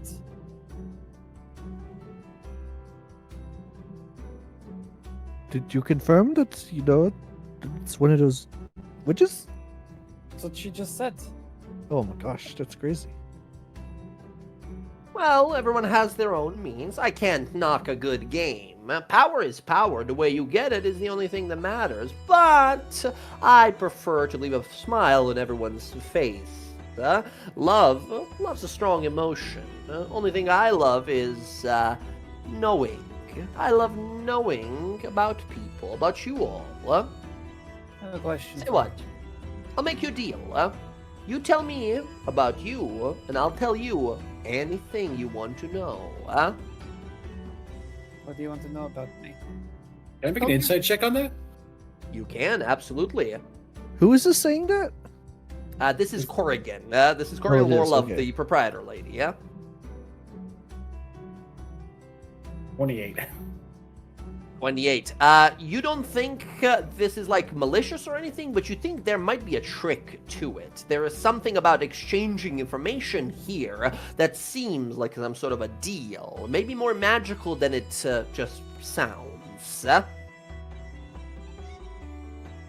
I see her. I look at the rest of the party if any of you are thinking of dealing with Miss Kerrigan, I'd be cautious. It sounds like there's some sort of hidden meaning in her offer.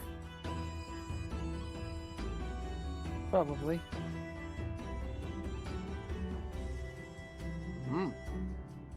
Nothing ventured, nothing gained. What do you want to know? Except your soul. She says, "Tell me your story from the very beginning to now."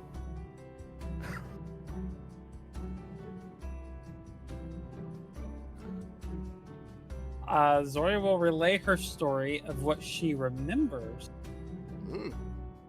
She gives you a look and says, "Not a lot of it, like a long road, all kinds of potholes, missing pieces. I suppose. You don't seem to be dishonest type. So tell me, what do you want to know?" And as she looks at you, you hear a sound of buzzing bees from all directions as a part of this deal, you telling her some of your story. And you realize something just happened. Something like magical happens, but you're not sure what. As in exchange, she casts the divination spell. She gets to cast this spell, and you get to ask her a question. In the next 7 days, an event that might occur, and she'll tell you if it will, won't, or might happen. Oh, I was just asking. I was just seeking information. There you go. You can ask, and she'll answer truthfully. Yeah. Fair. Divination. Okay. What I want to know is if you made a deal with a hag, is there a way out of it? Yes. Deaf. But I'm certain you're not looking for that kind of answer. No. I would much Well, rather- her eyes sort of glow for a moment, and she inspects you and says, "Maybe there are others. In fact, that's a curious question." She waves her hand, a little mote of gold magic kind of floats towards you. As it floats up to you and you sort of grab it in your hand, it sort of dissipates and is absorbed into your hand. You get a sense of direction. Over the brook, under the hill, over the trees, and through the forest, beyond the mountain on the side of this canyon, and you get this, like, odd path, and she says, "There is one that has made a deal like yours. He doesn't visit, not anymore. He's scared, as one day I'm sure you will be too, but he was in luck, and now he gives that luck to others. Seek them out.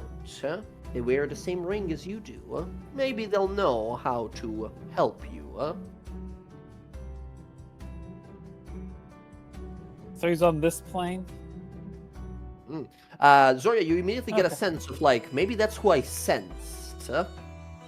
Oh, okay. But also, Zoria, you think, like, I'm going to have to immediately murder this person. This is just how these things go. Shit. She looks very conflicted. She looks to the rest of you guys, says, "Anyone else want to tell me a little bit of their own lore? And I'll give you a little bit of mine." I was just going to ask, because you're so well informed, do you, just more of a general question, how is the red mist situation in the Feywild as of late? Oh my goodness, you guys with your harsh words, non-stop. Red mist. I know it's a little bit of a downer, but you know. Well, red mist hasn't been seen on this side of the wilds, at least. Although I've heard mentions. I've heard scary news. Further north, the Bear King and his forest kingdom has fallen to it. Enraged beasts, brown of fur, now tinted red, roam the north. The red mist is spreading quickly. like a wave slowly building. I wonder what'll happen when it hits the summer springs and the palace of the Sealy there. These are just rumors, of course.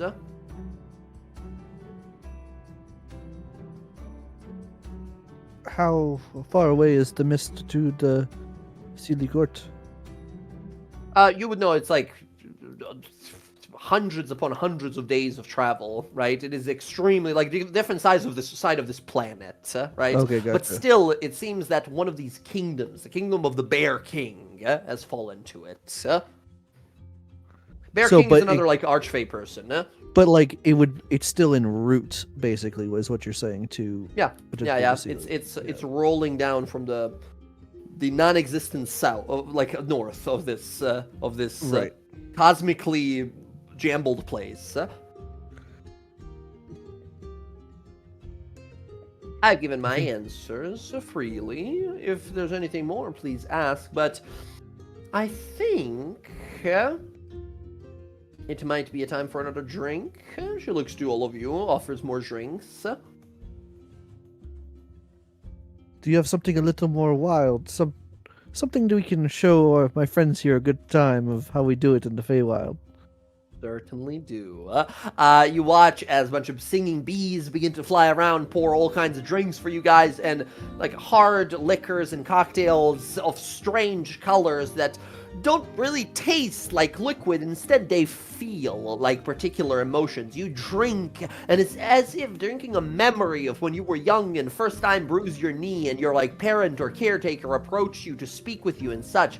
Some of them are feelings of sadness, some of them of sort of exciting times, memories, as if flooding your mind. It's as if drinking a memory cocktail, which every sip.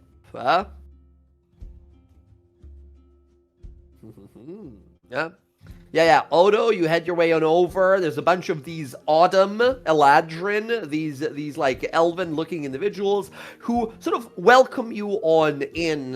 You see long sort of red hairs. Their clothes are made of like autumn leaves of some sort of a mighty oak, and they welcome you immediately. You have a few drinks with them and such as they sort of ask you where you're from. They've never seen someone like you before. They're very curious about you. Although a lot of the topics of conversation with these guys, they have heavily accentuates like like what do you plan to do in the future? Where do you think your story ends? You are well into your life. Where will you go once adventure is over? Where will you put your roots down? They ask you. Odo explained, he has plans to go back home and keep on protecting his burrow. Yep. A fine tale's end for a fine warrior, they say. As you guys go through these feelings and emotions and drinks here, eventually time does pass as you guys realize, like, we don't know how long we've been here. As Alonso realizes, like, we can't stay for too long, because if we have another drink or two, we're never leaving. Yeah. Okay, it's time to go, everybody. I'm your Feywild tour guide, and it's time to go.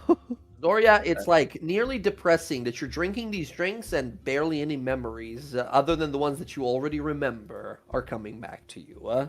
Right? As you realize, I'm sort of a blank page. Just I can't remember anything. Before Talion walks out, he's going to approach the garlic man. The garlic of truth. The garlic of truth. May I have one? He looks on up, gives you a look, says, "Certainly." He plucks one from his hair and gives it to you. He peels one like sides of it off and wipes his tears, which causes him immediately to cry even more.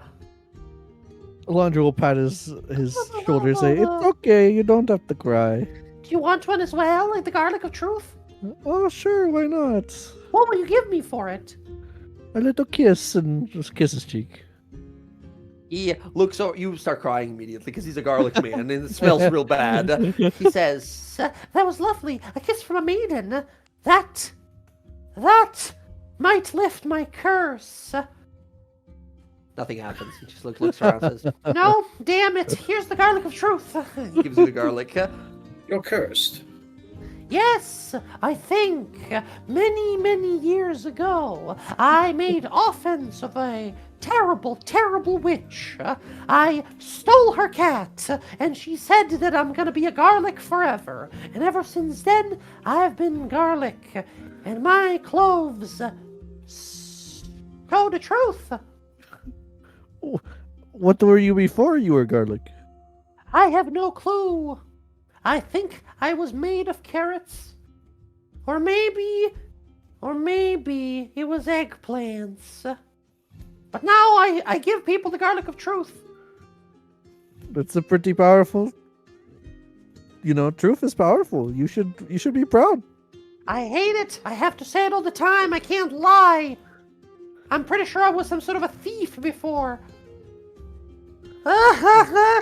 Just crying. Own your truth, little man. You got this. The garlic of truth.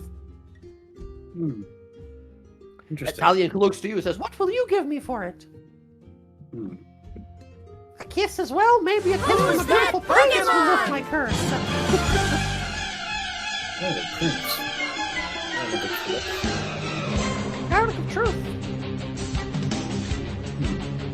Well, I'm not much for personal affection, but a prince can bestow gifts, and I'm going to give him the +1 longbow.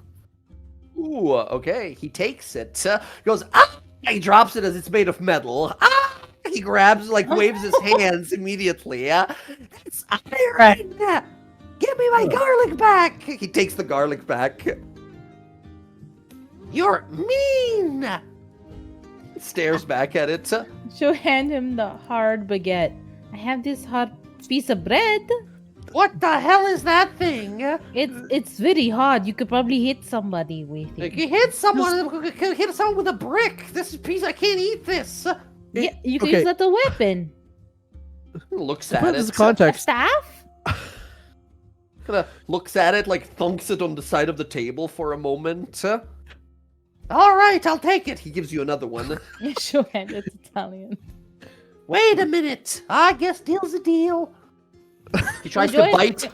Tries to Don't bite bite it to it, his it will hand. break you. Oh, It'll wow. break That's horrible. I think this is moldy.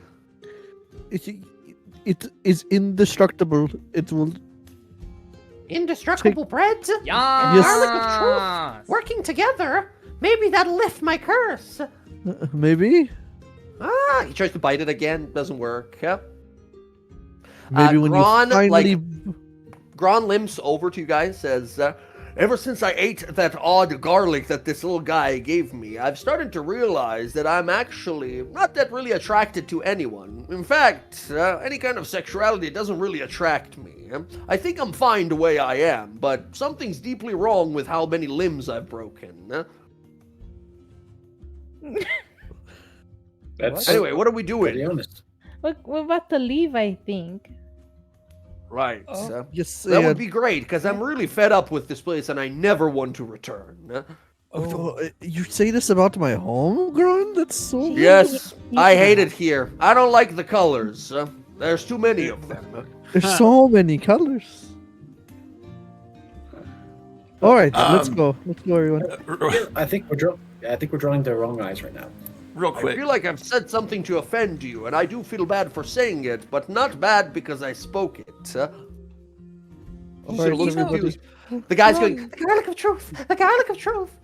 Real quick, Maybe can, you One- should just focus on the moorlands, right? Think of the browns and the green. Oh, I like the brown. I like red. Breaking people in half and seeing their pained expressions really gets something going within me. I think that's the one thing I love. Seeing people in deep pain that I inflict. But when they fight me. Not when I just sort of fight them and they don't fight back. A good, honorable, combat. Yeah. We Makes sense. We should go. Come on. We should go. She's gonna bend down and talk to the garlic of truth before she leaves. The garlic of truth. Your truth is not a curse. Huh? You cannot look at it that way. It is very much power. You can get people to speak truth that don't want to. Well, In a maybe. place where they like to play tricks, you are more powerful than you believe. Perhaps. He looks Yes, off please. sort of wishfully into the distance, says, perhaps I have misjudged this curse. No, this boon. Although I gotta say, being a garlic man sure fucking sucks. I don't like being a garlic. I think a garlic is nice. Thank you. I think truth might not be as bad as I thought. He glows, turns into a beautiful princess. The curse is lifted. I cannot believe it. Thank you. And he leaves. Oh. Wow. Well, I think I saved that man there.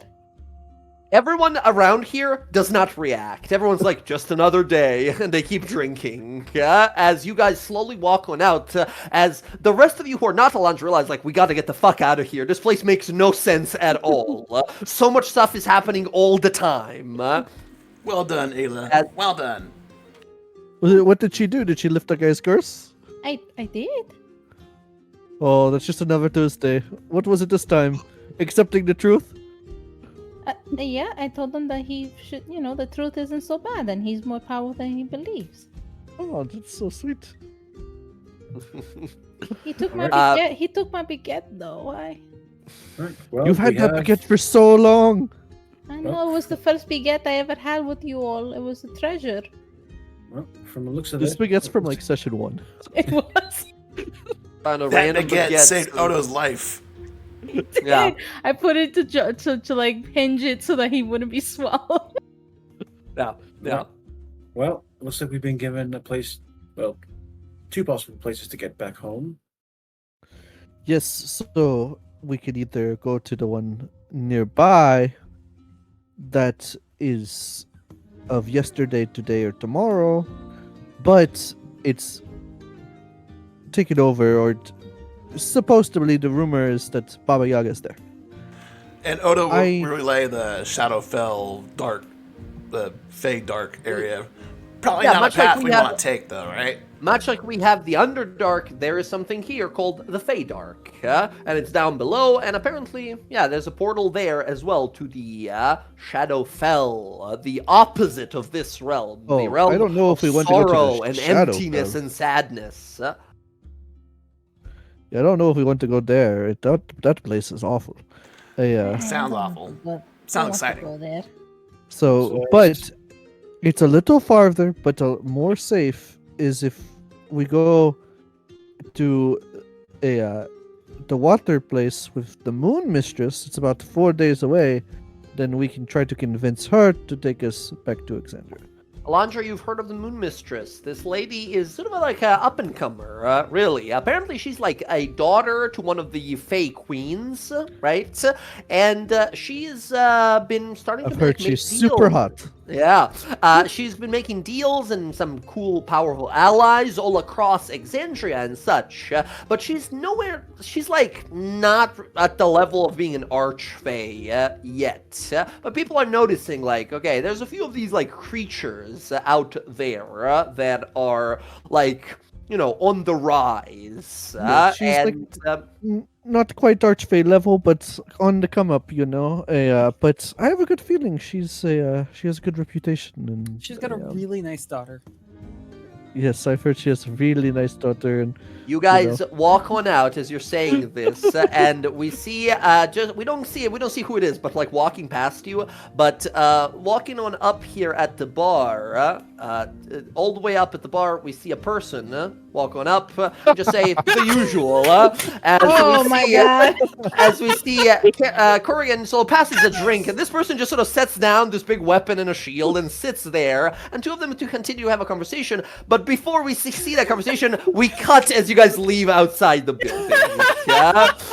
As, whatever goes on, as you guys step outside and see the morning sun as you exit outside. For Will here, this is Jess's character from the other campaign, here, just sort of wandering on in. I figured there's an inside joke there. Yep, that's Yara. Yara's really Yes. nice. She's got a Cockney accent. She's giant and very strong as well, and the nicest person you'll probably meet. Her and Corrigan go way back, and they sort of have a little chit chat. Some weird people drop by today.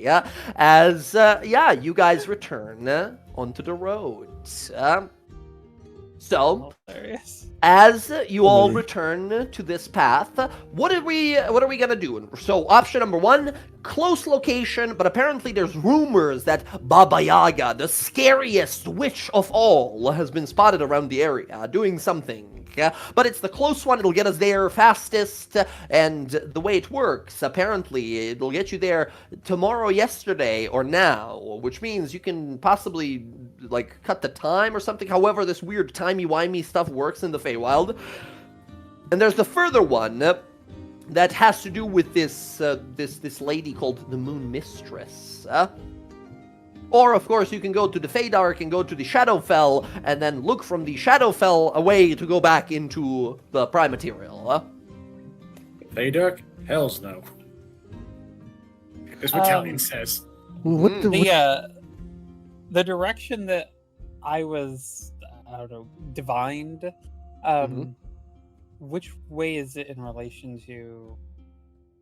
these- Like, either way, it'll be along the path. It'll probably be the first of the, first thing you will go by before you decide at that crossroad if you're gonna go for one or another, Gotcha.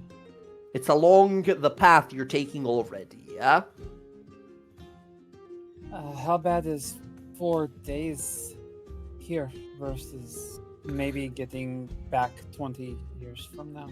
Well, So- when we ask our Esper, I look over to Alondra. Yeah, Well, that was I- directed to Alondra. You said 20 using my years. intellect of Fey time dilation. I mean, the thing is, yes but no. Kinda but maybe, probably not maybe, Probably yes, no. There's no real answer here for whatever reason, right? The time, how time works here is, it's for you, when you pass on over through, it's whatever. If 20 years or 100 years pass, like, whatever, right? You have all the time in the world. But yes, it can be a problem sometimes. It is said that whatever Fey Lord or Lady rules that area has some sort of sway of how that time dilation affects people that step on through, right? What do I And know about you- the summer court?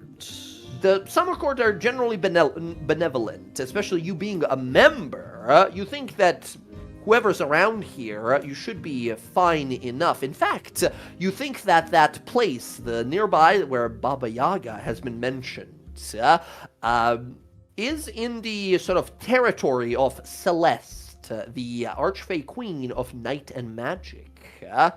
You think that overall you should have good relations, since she's in part of your court. If you beseech to her, as long as Baba Yaga has nothing to do or say about it, you should pass, no problem. Even save some time, possibly. But is it worth risking running into the woman in the cauldron with the iron teeth? Yes, so it's we shouldn't lose much time because of it. It's all dependent on whose court we're in, the time dilation, and because we're in the summer court right now, they're pretty benevolent, and I have good relations. Got to work on my clique. But it's we should be fine. Is what I'm saying. But there is a risk.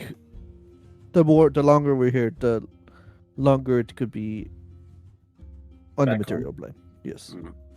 Is any kind of temple to the Moonweaver closer to that moon spirit lady? I mean, there's there's- lot of people that.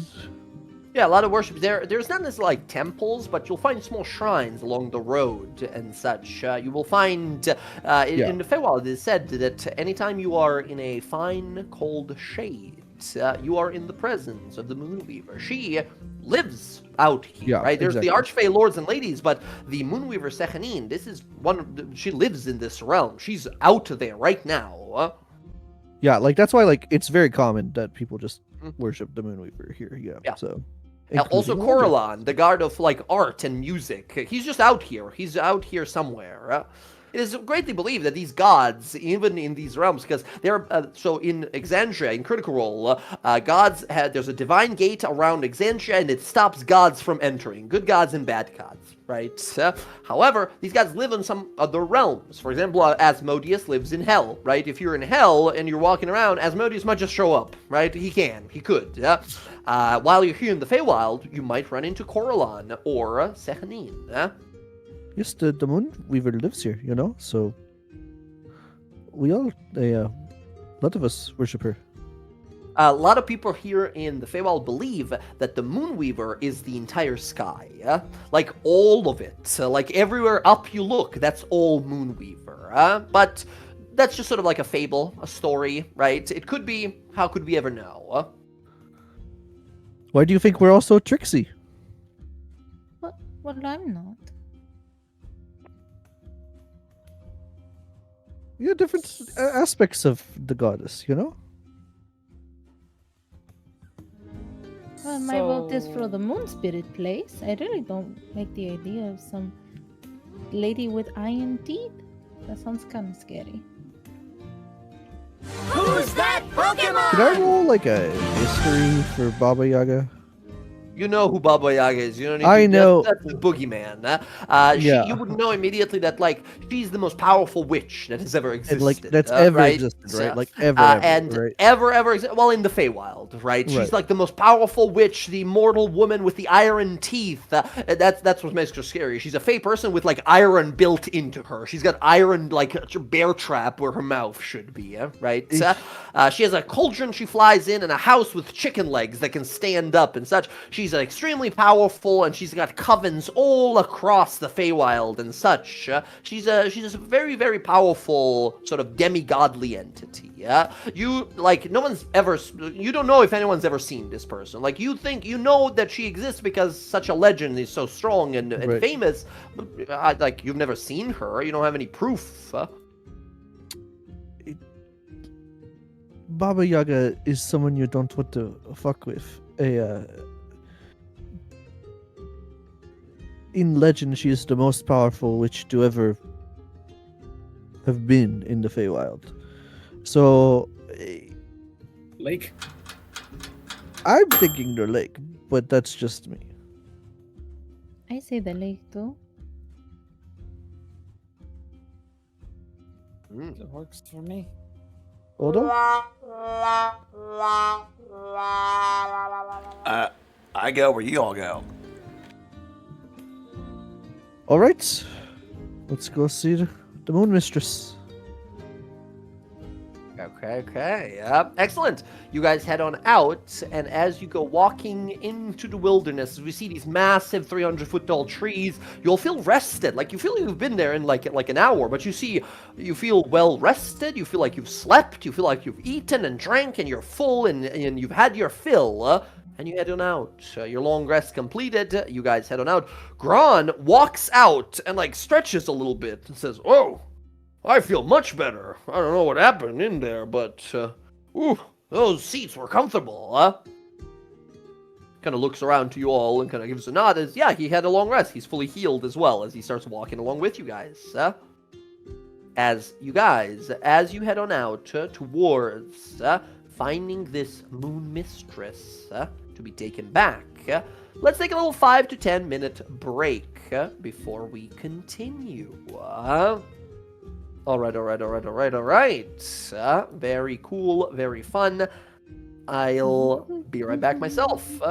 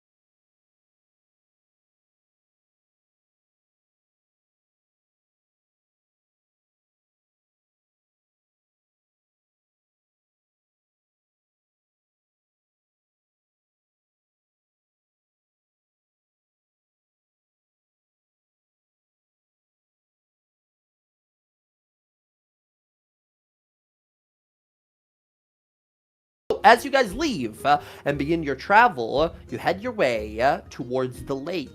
This glistening moonlight basked lake.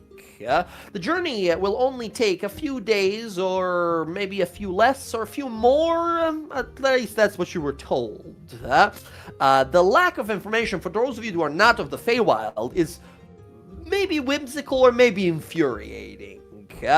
Gron is very confused for a lot of it. He cannot understand why he's being super honest with you guys. And the whole time he tries not to, he doesn't say anything like rude or anything, but it's very obvious that he doesn't like colors. Colors are not his thing, and he'd like to fight something sometime soon. He's that one character in every D&D party who's just made a character that wants to fight, and that's his only motivation, right? As you guys sort of travel for some time, can I have all of you guys roll me a D100?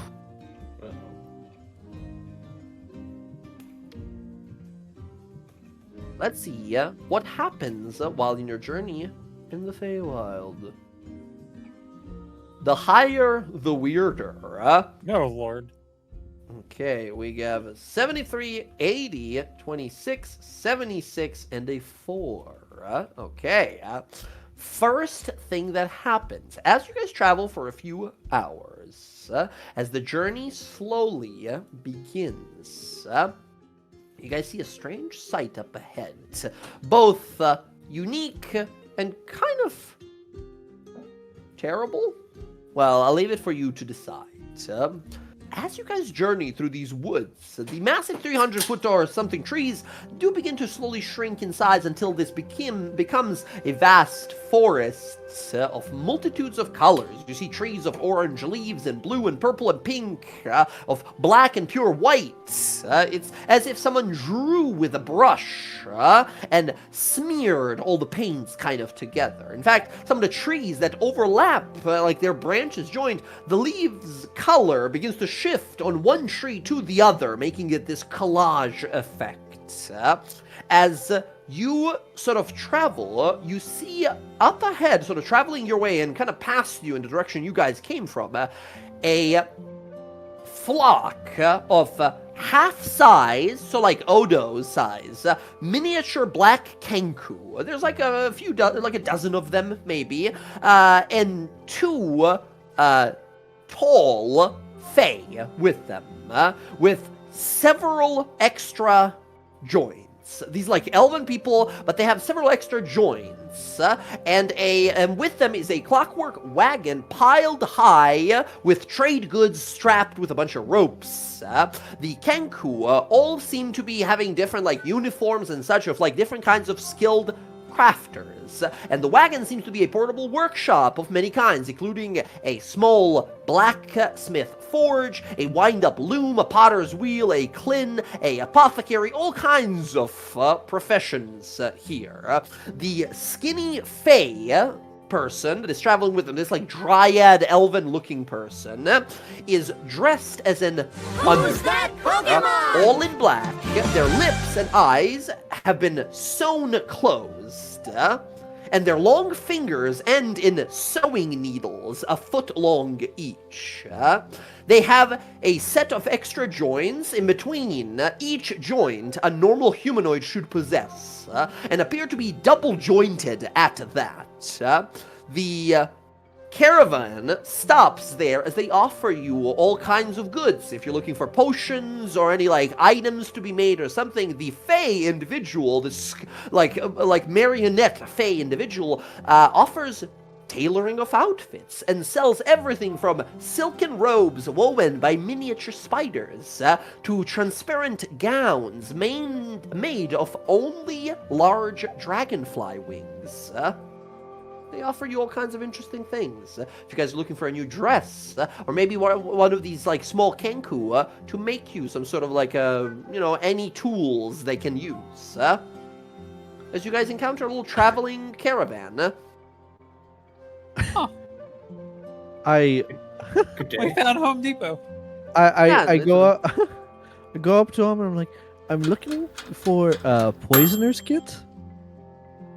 One of them looks over and makes a little sound in your voice, saying, "I'm looking for Poisoner's Kit." And you see one of them walk on over quickly, like waddle on. They're basically like penguin kangaroos, right? They like waddle on over real fast and provide a little pack with it, and they give you a Poisoner's Kit. They look over, and one of them says in your voice, "That'll be 50 gold, please."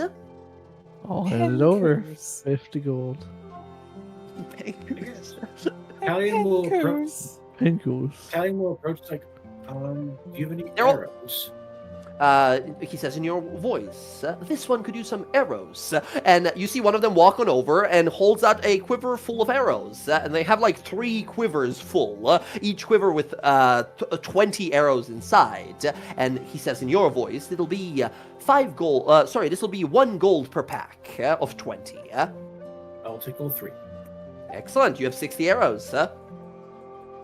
Take the coin happily and thank you. Anything else?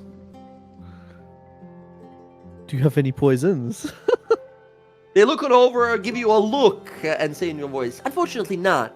Not this time around. Can't make it, not the nicest thing. But can sell you the means to do it yourself."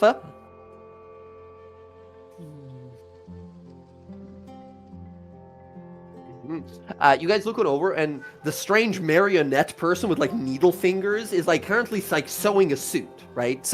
And it makes a beautiful, like a androgynous kind of like 3-piece tuxedo suit, right? It's like makes it real fast with a nice little bow or a tie and a little like cravat on the side. It's quite That's skilled, beautiful. although it looks like a weird like disjointed like doll person. How much for a dress?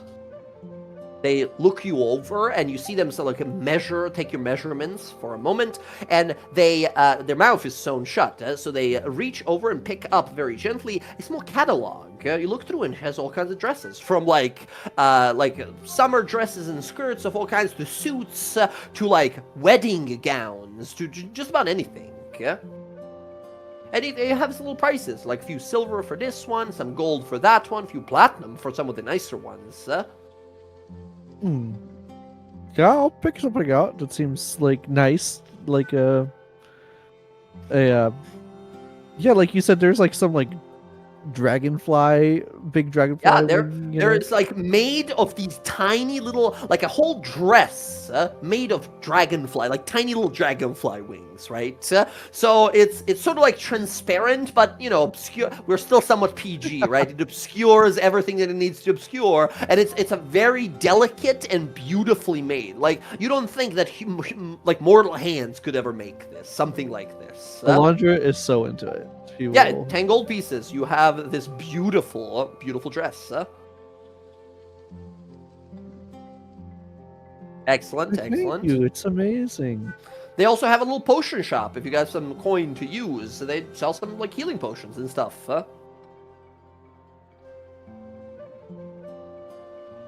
Happen to have any lucky steel plates?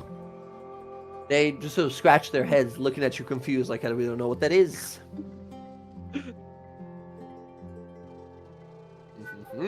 You know what? I could use new clothes. Mine are full of holes. The marionette person sort of takes your measurements and such and gives you the catalog, showing you some of the suits and different kinds of like outfits. Everything's a little extra, perhaps for your taste, right? But you tell me, whatever you tell this person or choose one, but they can like modify it in what you want, you can pick out an outfit and tell us what as she comes out of the changing room, what do we see her wearing? She definitely asked for something a bit more muted and less like just extra, less extra.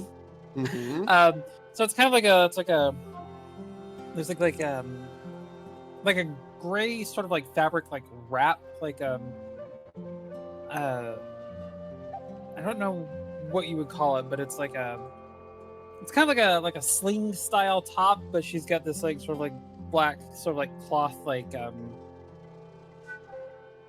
almost like jacket thing over it. It's void of its sleeves so that she can move her arms pretty easy, but it kind of comes down into like dark pants. They're a little bit looser and like snug fit boots, and like half gloves on her like forearms and everything. It's enough like it's covered like the holes and the more vicious looking scars that she is covered in are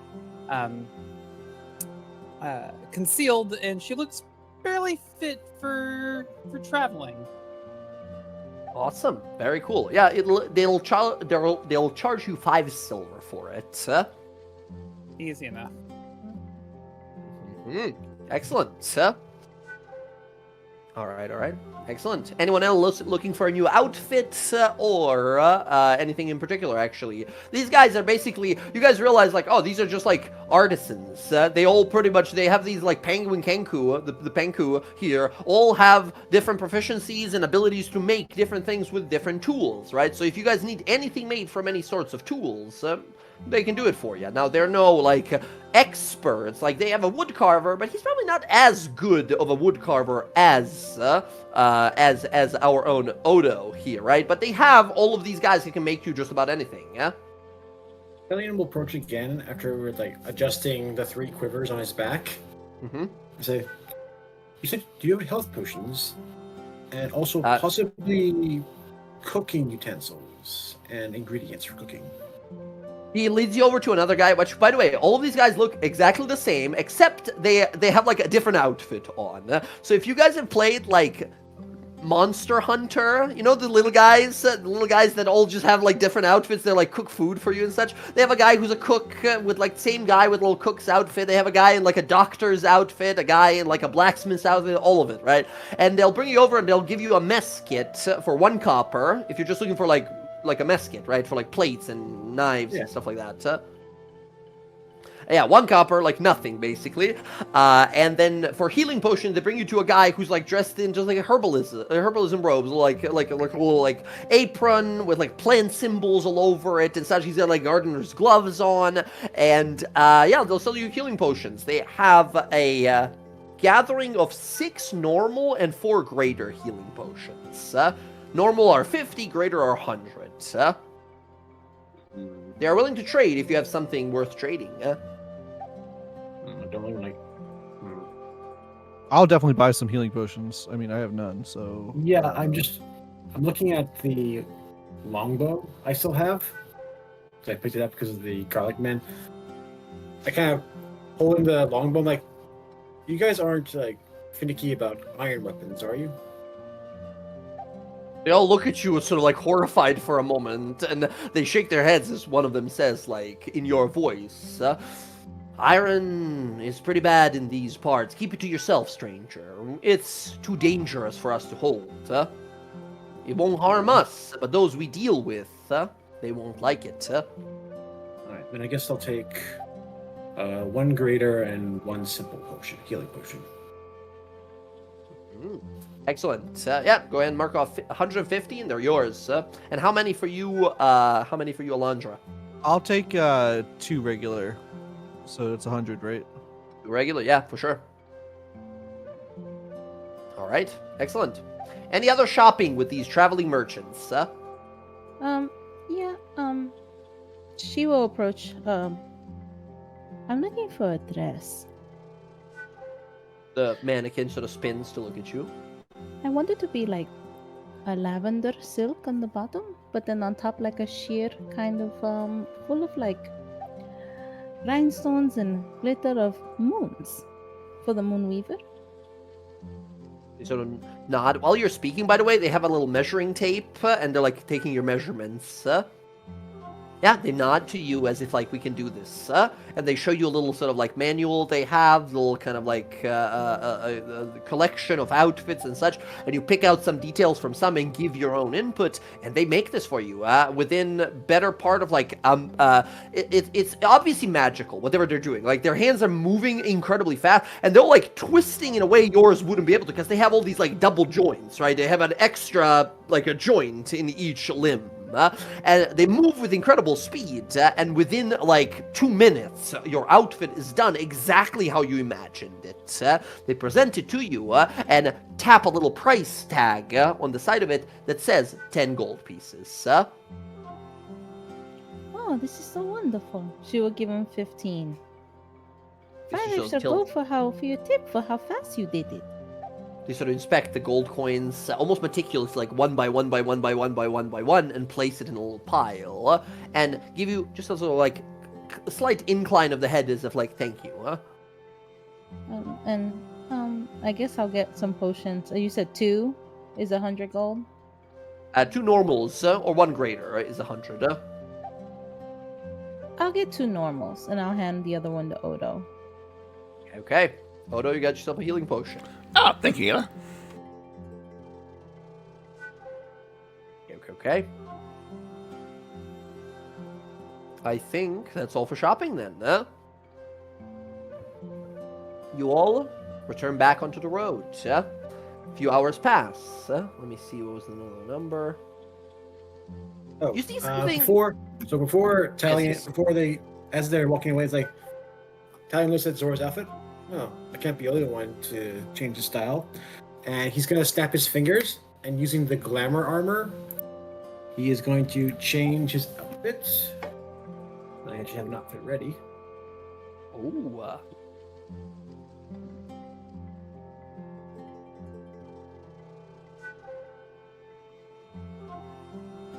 You see, yeah, he has like a more like a long vest coat with like high collar, and instead of like a tones of like purple, there's like a red. He has a red sash instead. Nice.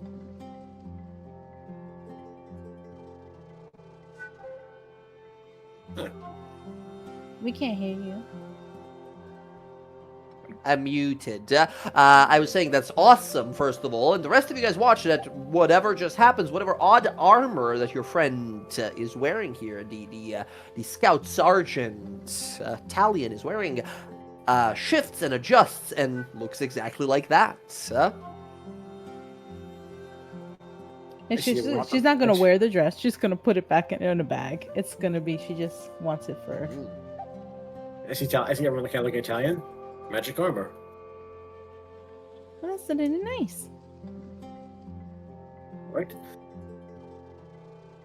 Let's get moving then.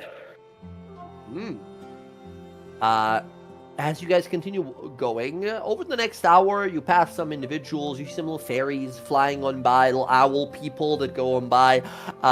As you go by one of these, you hear a situation is going on up ahead. You hear some commotion and yelling. Something is going on. You guys kind of look that direction, and you see there is a golden eladrin, like a summer eladrin, being carried around in a palanquin, I believe the word is, the thing that the people carry, right? That's what I'm thinking of. You see, there's this Fey noble, this Eladrin noble, being carried around on a palanquin, except the 4 other, Eladrin that are carrying him are all standing on ridiculously tall stilts, and one of them stepped into a puddle and got stuck. As they look over to you, and they're 4 dudes carrying this guy on a palanquin, and they're all on stilts, these 10-foot long stilts, right? And they sort of look to you down like, little help here, we're stuck, please. Who's that Pokemon? Do you guys decide to help these guys?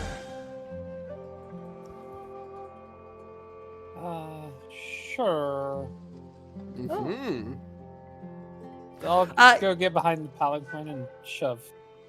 Mm-hmm. You give it a shove, they're like, whoa, they have to adjust, and they're on these super, tall stilts as they start to continue moving, like, thank you, and they just sort of keep walking on off. This is one of the many strange encounters you see. 1 hour later, as you guys are walking on by, you hear a rumbling, and you look over, and a pumpkin size of a building rolls down the road and just sort of keeps going. There's a face and a pumpkin, like a big carved pumpkin face, and just sort of keeps rolling down the road and goes off to somewhere. As Gron looks over and says, "This place makes no sense. Stuff just sort of keeps happening." Alondra, you pretty peculiar. Alondra, you lived. This is your home. You said Nothing like home. but everything just sort of happens. There's no connection to anything here. What was that pumpkin? What was that guy with the stilts? I reach behind his ear, and then a butterfly comes out. Butterfly comes out, explodes into 7 more butterflies, and all fly Butterflies, yeah. away. And he looks like, what was that? Was that in me? Was that in my ear? It's the Feywild. Just relax, have a good time. What the hell? I would like to leave, please. Can we go where things are? We're trying, Ron. We have to walk there. I think I'm being. I've never felt fear much in my life, but right now I'm getting deeply anxious about many changes that I can't control around me. Don't If you just you, realize that Exandria just is so dull? That's why I have to be so exciting all the time. It's not dull. I like it. I'll tell you Some- what, Compared just to this? It's just exciting enough. This is way too exciting. I if you think can this keep is- your shit together, we can fight when we get home. You promise? Please don't lie to me about this. This is everything to me. You know what? I'll give him the warrior's handshake. He Promise. gives you a handshake. He gives you this like deep nod, like thank you. Can you just one right there, just to make me like keep feeling alive? I will knock the shit out of him. Boom! Tooth go flying out of his mouth. He stands up, says, "You're a true friend." He starts walking along with you guys. He needs a little bit of action every once in a while. All right. As you guys continue on walking, hold on. Let's see. Okay.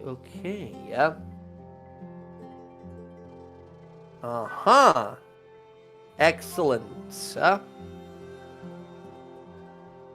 Interesting. Next thing, as you guys are sort of traveling on, you see another merchant. There's an elven man sitting on the side of the road who's selling all kinds of sort of items of different kinds. He offers to sell some of these to you. You see this man, he's sitting there, he kind of welcomes you all. Welcome all. Would you like to peruse of my magical goods? I give these away for cheap price. Just sitting on the Insight. side of the road. You go, give me an insight roll.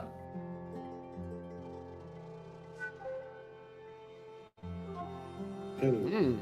Actually, oh no, that's for the investigation or whatever, right? He doesn't. I was gonna say you have the ability where it becomes immediately whatever, Yeah, like a higher number. Ear for deceit. It's right. Uh-huh. Actually, hang on. Whenever you make a wisdom insight check, determine whether the creature is lying. Treat a 7 or lower as in 8. Okay, gotcha. So 8 plus the 11, 19. This individual, just by like standing there, kind of seems very meager and kind of, but looking at these goods, and you see some of their like nameplates for them and such, you think this is some sort of well, maybe not a scam or a scam artist of any sort, but you think that their magical goods are greatly exaggerated or might not be as they seem, or might be exactly as they seem. For example, with your new wizardly skills as well, looking over one of these items, you see he has a little thing, a little magic item on the side, and you kind of look it over to see, like, what is this? What am I looking at? You see a little thing that says invisible ring, and when you inspect it, you see little runes on it, which will make the ring invisible. That's what it does. There are other things as well here. He offers to you guys some of these rings, and some of these like magical items he has, and he's selling all of these for a singular gold piece, a very cheap price. But you realize quickly, Talion, that like these are all fake or trick items. These are like not cursed, but they work in a wrong magical way.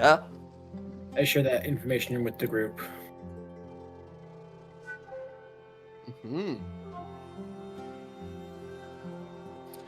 He looks around and says, I have plenty of things with me. This wand of night vision, a rope of entanglement perhaps, an alchemist jar, or this wish scroll. Can I interest you in any of my magical goodies?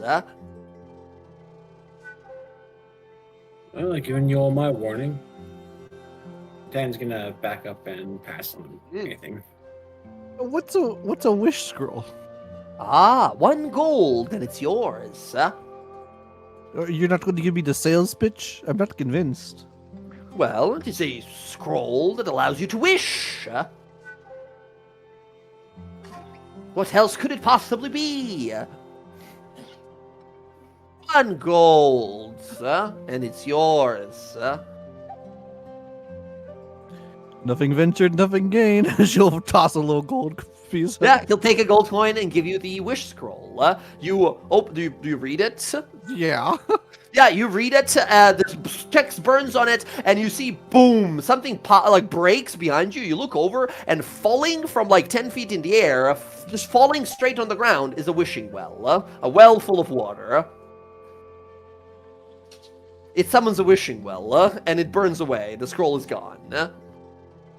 That might be useful, actually. Do you have another one? That's the only one I ever had. Okay, okay. He says, how about this rope of entanglement for 1 gold? You look at this, You know and what? it's just super, like, Long wrapped up. draw. That's kind of kinky. I'll take that one too. Yeah, you take Is it, she- you quickly realize this is a rope that can't be untangled. Exactly. This is a rope of entanglement. I will put it in my bag for later use. You have an unentangleable rope. And he's got a bunch of these, like, trick items that he's just offering. He says, this is a wand of disintegration. 1 gold only. That one definitely disintegrates itself. Okay. Anyone else anyone's got the Gorgon knot vibe? He says, boots of teleportation. These boots can teleport. And he puts them down as well on the side. He's got all kinds of stuff, right? Did you realize, like, these are all, like, trick items?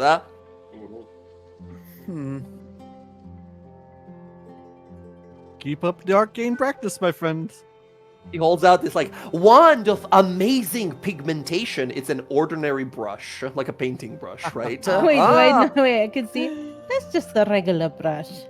Oh, no, you see, it gathers color and displaces it anywhere you place it. Amazing. Like a 1 gold painting. piece. Like a painting brush. I have one just like it. Right. How about, okay, fair enough. How about this? A ring of detect fire. It's a ring that helps you detect fire with a range of touch. I could detect fire by touching it. Does this guy have a wagon? You have a great day, sir. He doesn't have a wagon, but he's got like a rolled up cloth in front of him with all of this stuff put on. He has little fingerless gloves. They'll make your fingers invisible, right? All kinds of stuff. He's got, he holds up nothing. He has a cloak, invisible cloak. You don't know if he has anything. He's just sort of holding nothing, right? But yeah, he gives you the, also, he has boots of extra action. You can use your action to gain another action, but that action doesn't, nothing happens because you used an action to get an action, right? He's got a bunch of these, like, trick items, right? As you guys know, I was like, okay, it's time to leave. This guy's like a charlatan. We gotta keep going, There's I've had these for so long. As you guys realize, like, we gotta go. That's enough from this guy. As you return to the road. The ring of fire detection I had to do that one. That made me giggle. Excellent. As you guys continue on, a few other, like, strange and odd things happened throughout the day there, as eventually you guys come upon something a little more serious. As you guys are walking on along, you feel this pulse in the back of your mind, that pull almost dragging you forward. Zoria. You feel that ring begin to warm and then burn around your neck as you're getting close. And your mind begins to focus. Your hand grips your weapon as you realize you're close now. Guys, I hate to be that person. But, I can feel a person nearby.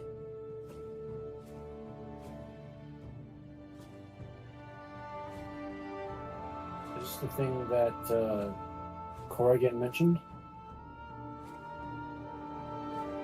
Yeah, it is. And you just wanted to have like a friendly chat with this person, right? I do, which is why, and she's gonna. She's like already holding the axe. She's gonna take it off and she's gonna hand it to Odo. Gigantic battle axe. Odo's gonna hang on to it. And Alondra, if you could, and she kind of holds up her hands. If you could say that word, whatever Oh, yes. stuck to these. I forget what the word is, but I do it. Which word for what? The word the for the manacles. manacles that she wears. Ah, yeah. You clamp the manacles on. Perfect. Don't let me kill him. These are, of course, dimensional shackles that you've had for a long time now, huh? Yeah. DC 30 strength athletics roll. Can you break that? I think you're just barely. Even after 20, for sure, right? So, athletics. I have a +9. I don't Oh. think I could. Even if I nat 20'd it. You have Yeah. a special ability to roll a d6. That's right. Technically, yes. Technically possible. Yeah. Mhm. Okay, yeah, they clamp them on. You have these, no weapon on you right now. Okay. You guys begin to approach. You hear a stream of water. As you guys move, you hear this like a howl sound of some sort. And you look over and you see a white stag with 4 sets of horns that is sort of looking at you guys from across a river. And it turns and just sort of runs off. You guys kind of follow after it as it is seemingly the same direction. But then you realize it's not there for you guys. Instead, there's 2 people following it, or 1 person really, following after it and rushing into this river before stepping onto a small island with a strange yet beautiful tree. It's not a tree, it's more so like this overgrown plant with these bulbous blue glowing kind of fruit on it. You see running onto this little island in the river is a young adult sort of Triton woman. She rushes ahead and holding in her hand what looks to be another Eladrin. You see a winter Eladrin person who's badly wounded. He's got a cut across his chest, and she calls out, Soothsayer, I've heard of your magic. You're able to heal great wounds. Please help my friend. He's been wounded. And you guys see standing here in front of the tree, currently like hand on it. For you, at least, there, Zoria, an intense red aura around him. He's a 4.5 foot tall turtle man. A turtle. Old turtle with a little gray beard dangles from him. He's got little baubles and trinkets that dangle from his shell. He's got tattoos and carvings on the back of his shell. He's got a staff with a crook at the top of it. And he stands there, very kind of peaceful old man, holding his hand on this strange plant. As you guys see this location. As you guys are arriving here at the edge, strange stones around you with runes all across them, and currently there is this Triton woman who brought her wounded friend, this Eladrin man. And standing there is this turtle. You see this turtle guy, You guys are looking around. You guys don't know who it is that Zoria is after here. But Zoria, you look, and your eyes immediately narrow as you look at this turtle man. Across the river, you see that stag I mentioned previously. That guy, just sort of staring back at this whole scene. As you guys would approach, you watch as this turtle slowly turns around and walks over and smiles and says, it's okay. I got you. He places his hands on this Eladrin, and you watch a strange sort of greenish glowing magic sort of overwhelms the body of the Eladrin, and he was sort of grunting and wincing in pain, and then his face relaxes. As you watch that wound across his chest heals fully, as if it was never there. No scars, no nothing. This Triton woman immediately sort of crying says, "Thank you, Soothsayer. Thank you. How can I ever repay you? My friend, you've given him life back." And this guy just sort of, Turtle just sort of smiles and nods, says, his life was never for you to give. He's fought and earned it back. Be on your way now. There are others I must tend to. And he sort of turns and looks at the group of you all. You see, as he looks over to you, Zoria, and as he does, there's this moment where that intense anger you begin to feel subsides. As you watch from your side this stone inscribed with all kinds of strange runes, and the one on the other side illuminate for a moment. When they do, you guys feel this lack of magic in this place.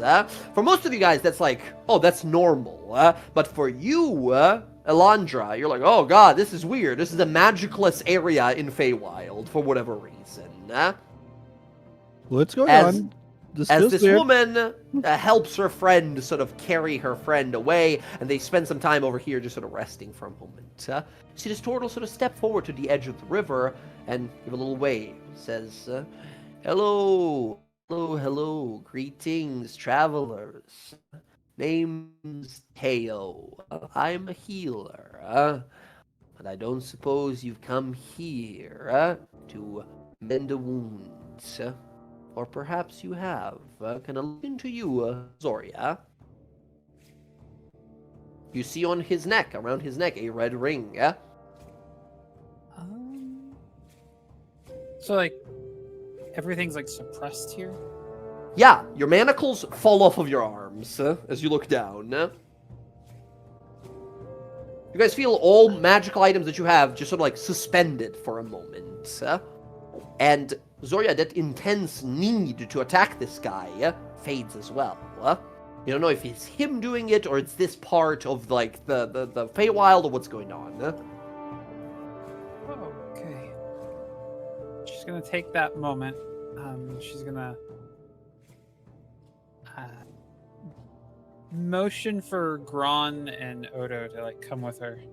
If something happens, both of you just hold me down or something. I'll suplex you as hard as I can. Perfect. And you're pretty good at protecting people, though. So yeah, she steps forward. I don't know how much time I Turtle have. is smiling. Yeah, I'm like you, and I've made a very bad decision, I think. And I need help. Bad decision. I see. He points. He says, you are like me. Or I was like you once. He holds onto that ring. Says, you too have had suffering in your life. Like I did. And you too have had a beautiful, beautiful woman appear and save you, haven't you? I did. Happened to me 30 years ago. I've done some things that none should do in the name of love. But this place is safe. I've stumbled upon this place some 30 years ago. This place has no magic, or some of it at least. I've found freedom in this place. You can stay here with me if you wish. Here you have no enemies. So you didn't fix it. You're still bound to her. As long as I remain in this river, I can stay here. If those stones that keep me free stop working, I'll return to the path of love. That terrible, terrible love. You've seen it, haven't you? Anything you can do, anything at all. Tell me now, young one, here, where nothing can whisper into your ear, no thought or appeal. Who do you love? Question I would have loved to have been asked long ago. And Zoria, you have this moment where you sort of kind of have this thought of, because usually at the back of your mind is like, I love Vesh. She's the one I love. She's the one I love. But now it's not necessarily like you feel like, no, I don't love her. No, this is like you just don't feel anything towards her necessarily. Yeah. You don't feel any disgust, you don't feel any anger or anything like that. Your feelings are not suppressed. But previously, it was like you know, up until now, you would have answered like, I love Vesh. I know I do. Right now, it doesn't feel like you necessarily need to say that.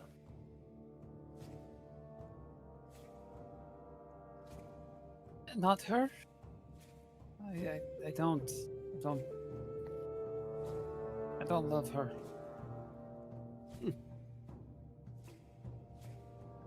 That's a start. There's... Looks around to you guys around here and looks back to you and kind of nods, says, maybe love is not as foreign of a feeling to you. Maybe here at least. He gestures to the river, says, here I am left to love who I choose. Sadly, she's not here, so I can't tell her.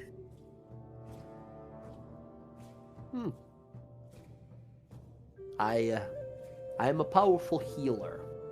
I've given my last 30 years to teaching myself how to heal, how to repair people. I can't promise that I can repair you, but I see it on you. Whatever you've been saved from, it exacted a great toll, hasn't it, sir?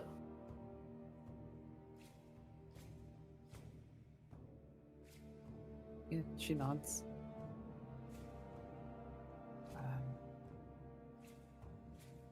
Whatever I was, I don't really remember, but and I don't think there's much, and she like touches her heart happening in here anymore.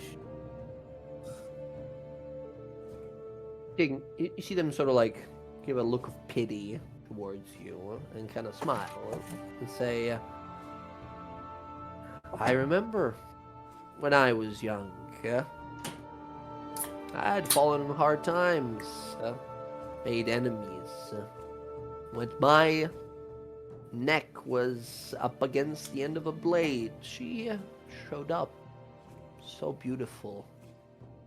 I would have done anything for her then. And I did.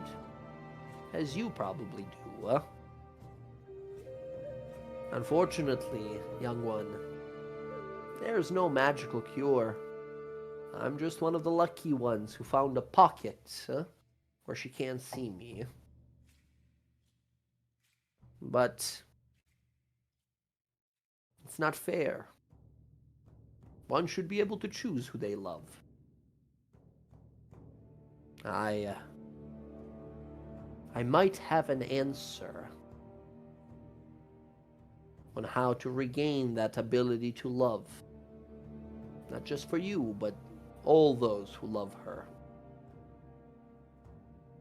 But it would require some sacrifice.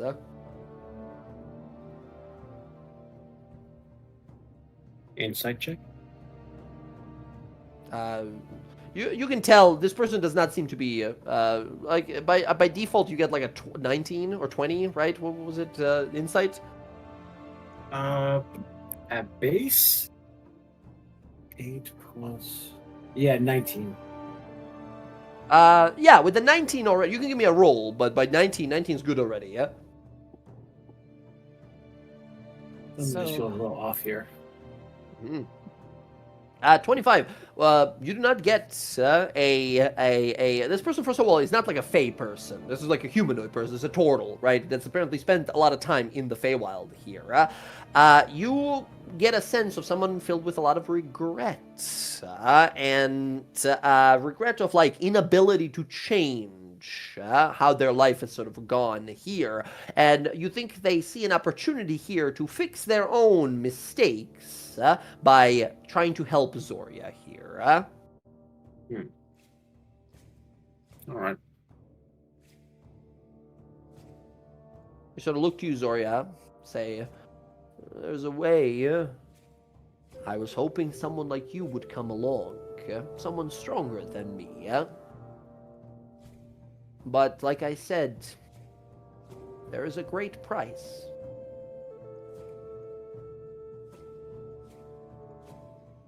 What would one have to do to fix it? The one that we both love. Well, that we did, She's not here anymore. Probably one of the only reasons I'm here, She's back where you and I came from. Our world, She's preparing for something, I don't know what, but he takes his ring off, and he walks through the water, slowly approaches you, Zoria, and he holds his little turtle hand out. This old man holds his little turtle hand out with the ring, and gives you his ring as well. He says, these rings, they're symbology, but they also mean more to her. She's looking for one of us to be perfect. Someone that she could love. She doesn't love all of us. She wants all of us, but she doesn't love all of us. Soon enough, someone will walk in your path with just as many of these rings as you have gathered. And that's when she will show herself to you. You will love her more than anything you've ever known.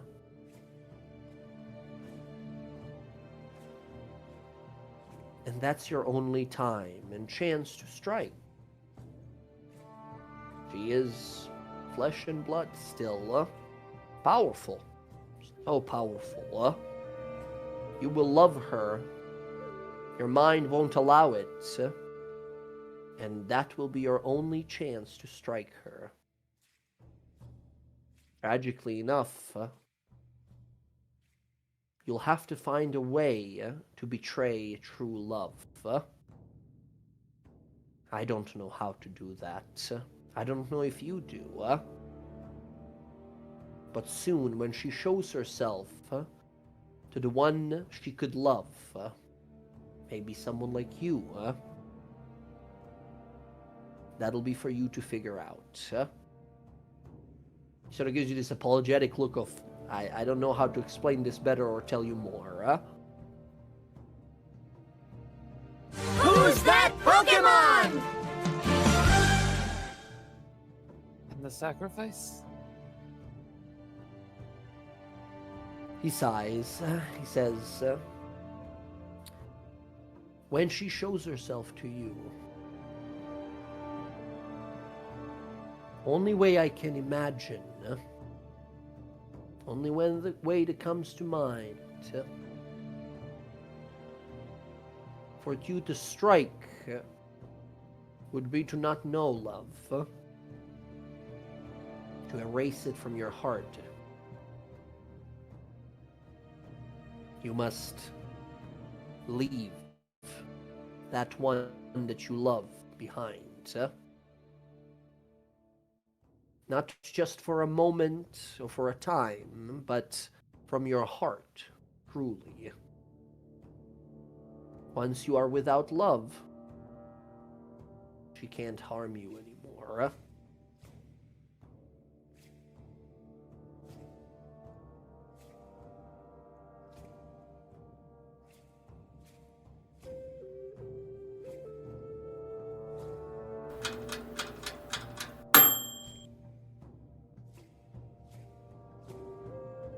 So I have to choose between this path and Yes! forgetting the person I care about. Who gives you this look, says, I've spent 30 years hiding, because I know I'm not strong enough, and I know that I've loved many in my life. I could never do it. I'm old. I'm not strong enough. And I don't wish such a quest, such a burden on anyone. This is not your burden to carry. It doesn't need to be. But you're the first one who's come here in so many years. I'd be false in my beliefs if I didn't tell you at least how it could be done, as much as it would hurt.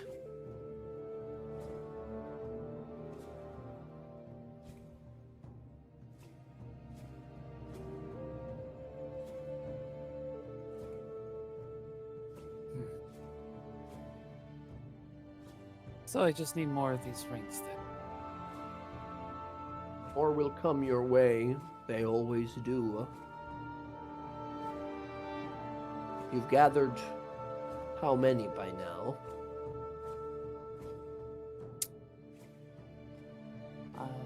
She looks at hers, and then she looks at the one, like, kind of like runs her hand up along her ear where she's like turned the others into like earrings that kind of like go up like the back of her ear.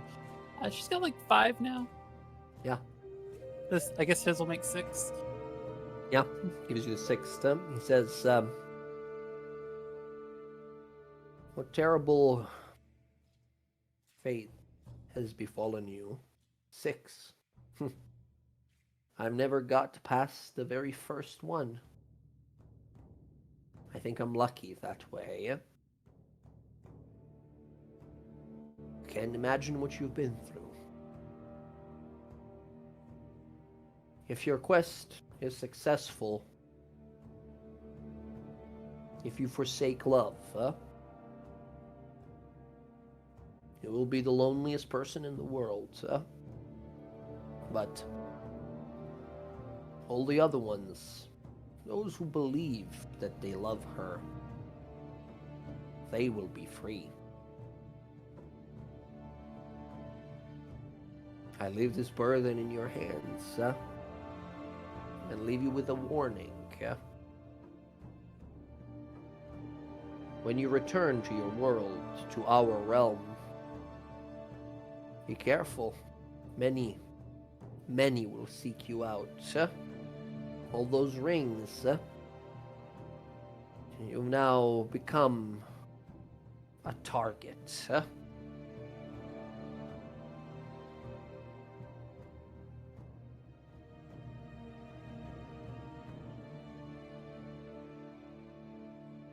And he'll start slowly turning around, beginning to walk back to his island of solitude. And he sits at the base of the tree and meditates.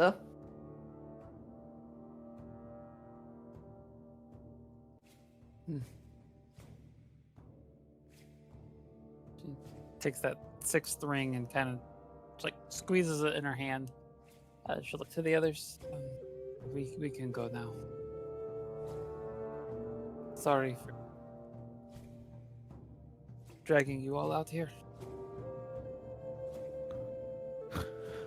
No problem. Hopefully you learned something. Alondra, Yes.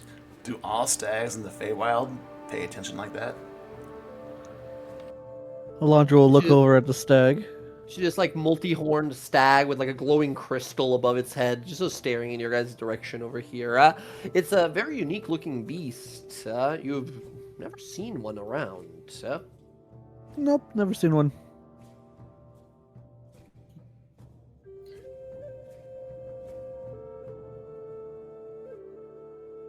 Why does it have tails on its head? Got little, like droopy bunny ears. And he just sort of stares at you guys.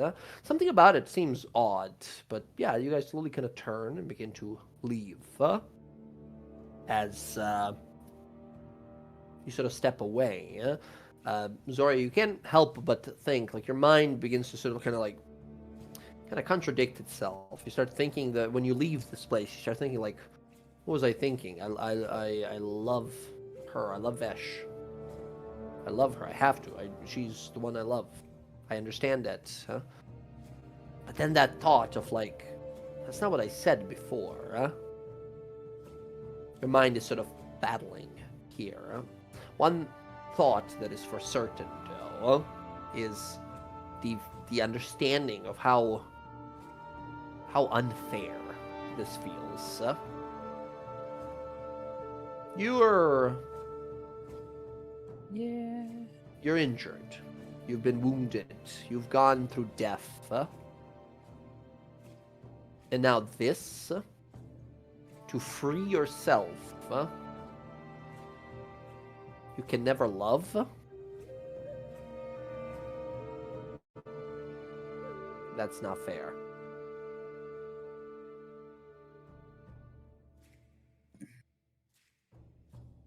You slowly walk with the rest of your allies as you leave this place. And all of you continue your journey slowly. Take a long rest. You recover. Before we take a long rest, can I sit with that beacon now that I have my magic back? Yeah, absolutely. Do you have some sort of a spell that would, like, remove a curse or, like, fix it? So, like, one of the restoration spells? I have a lesser restoration. Lesser Restoration is a minor spell in comparison when it comes to reparation and fixing of magical artifacts and such. Do you have Dispel Magic, maybe? Yeah? I do. Yeah, I just got that. Okay. I'll allow a combo sort of use of Lesser Restoration and Dispel Magic here, and I'm going to need a spellcasting ability roll from you. If you spend both, I will allow you here to add guidance as well on top of it. Okay, yeah, and I will also make a prayer because, it's nighttime and it'd probably be by the moonlight. I will want to pray. Try to pray also to the moon because of my hair. So I have to use both. Just what I just rolled, like a spellcasting. Your spellcasting ability is your wisdom, correct? Yeah. So this is just a straight up a wisdom roll.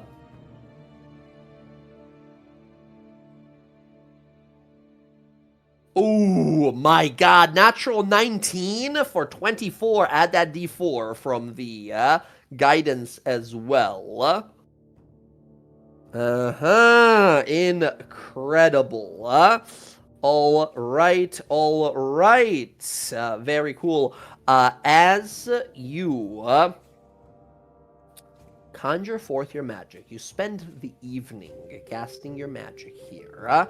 As you see your spells begin to take hold. The lines of moonlight begin to sew their way through this item, and you watch as it begins to illuminate with a sort of pearly white glow. As you perform this ritual for an hour, eventually the staff begins to crack and break and turn to dust, while the beacon above begins to float gently and then illuminate. You watch the cracks in it begin to slowly mend themselves as, with a 26 total, you watch as you slowly, through great effort and concentration, repair this beacon. You see this beautiful sort of like 8-sided strange shape. Can she touch the handles of it? Because she doesn't want to, she doesn't want to break it or anything. There's no handles on it. It's just a little like an 8-sided dice so that you can fit in your palm, like that big. Yeah. She'll put it in her hand and she'll be like, I believe that I could fix it. And then she's gonna just focus on it because she doesn't know what it could do. She doesn't know what it really is. I mean, because she's never really talked to too many people about it, except for that cleric. Excellent. As you spend some time focusing on it, you feel this connection. Your vision sort of pushes through it, and you see a expanse, a corridor of infinite doors that all shift and as if become mirrors looking at you. You see all of these, all of them, thousands, hundreds upon thousands of these versions of yourself, all slightly different in some ways. As you realize that you have indeed managed to connect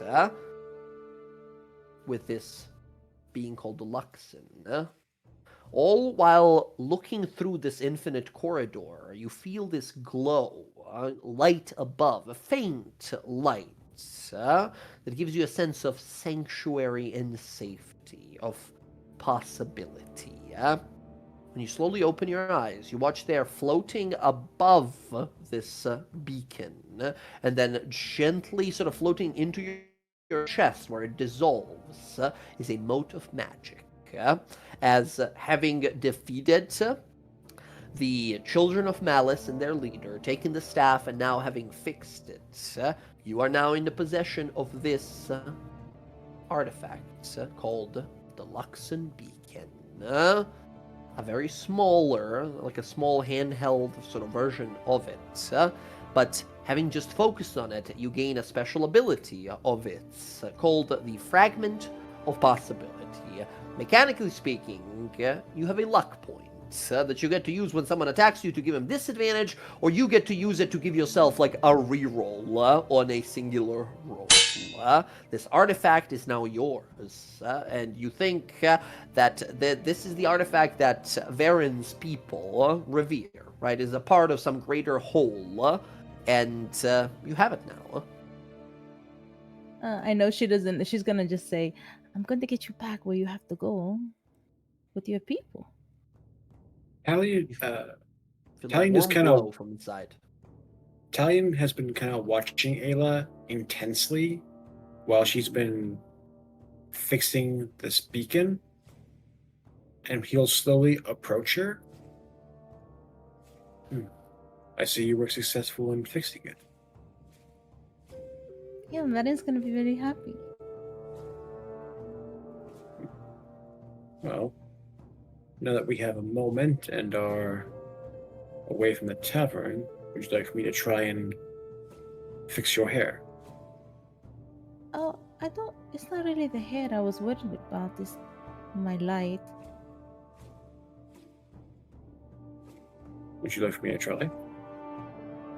Yeah, sure. And she's gonna put the, she wants to put the Luxon in a place where she doesn't want anyone to be able to steal it.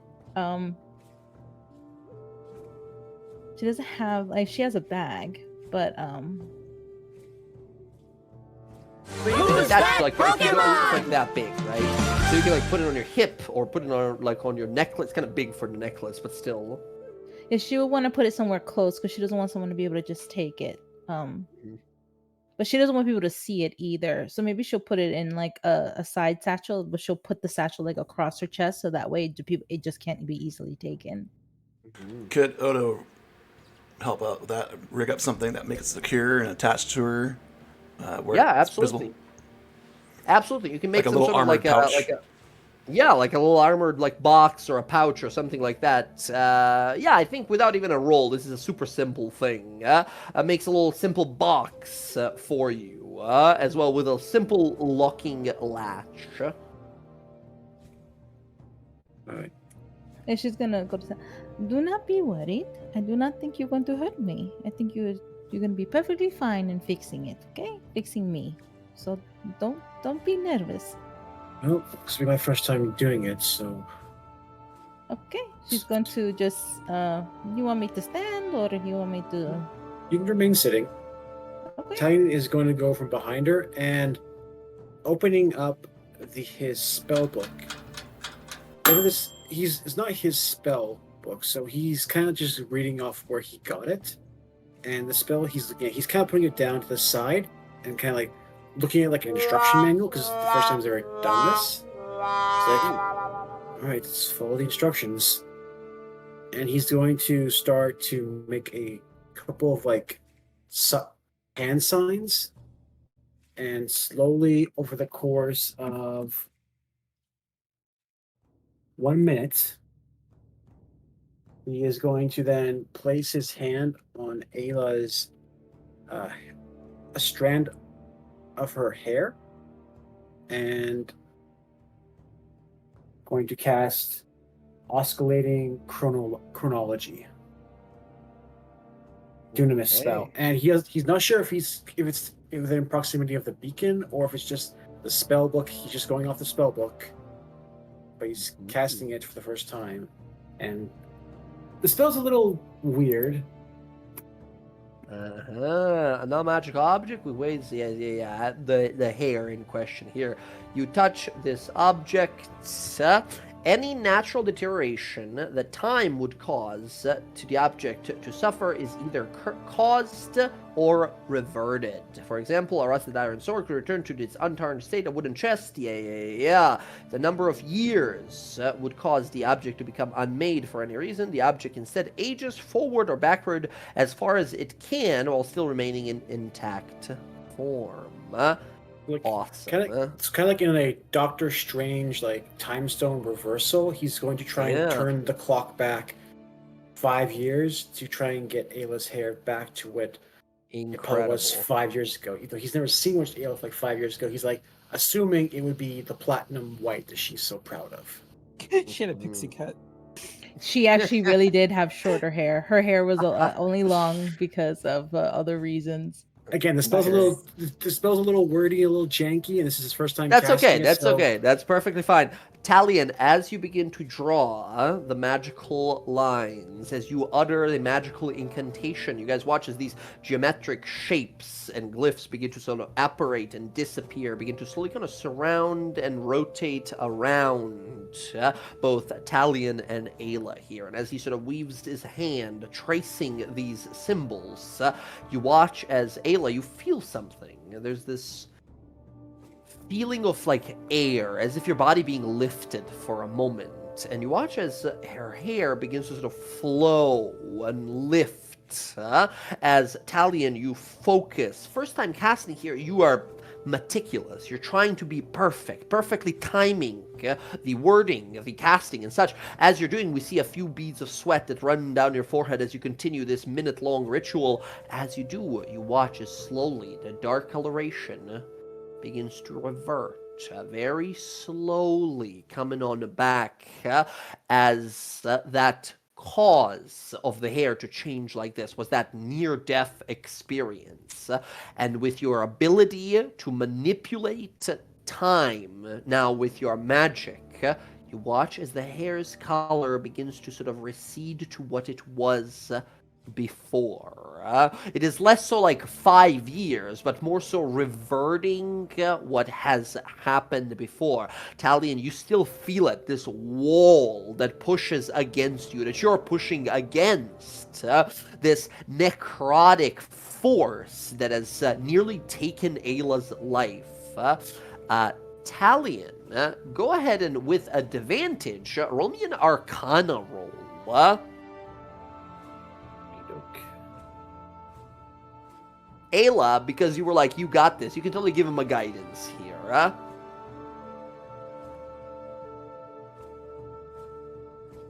if you want to, Jen. There it is, So, nice. 20. Dirty 20 here, as you feel that necromancy, that damage that nearly killed her, still lingering there like a scar.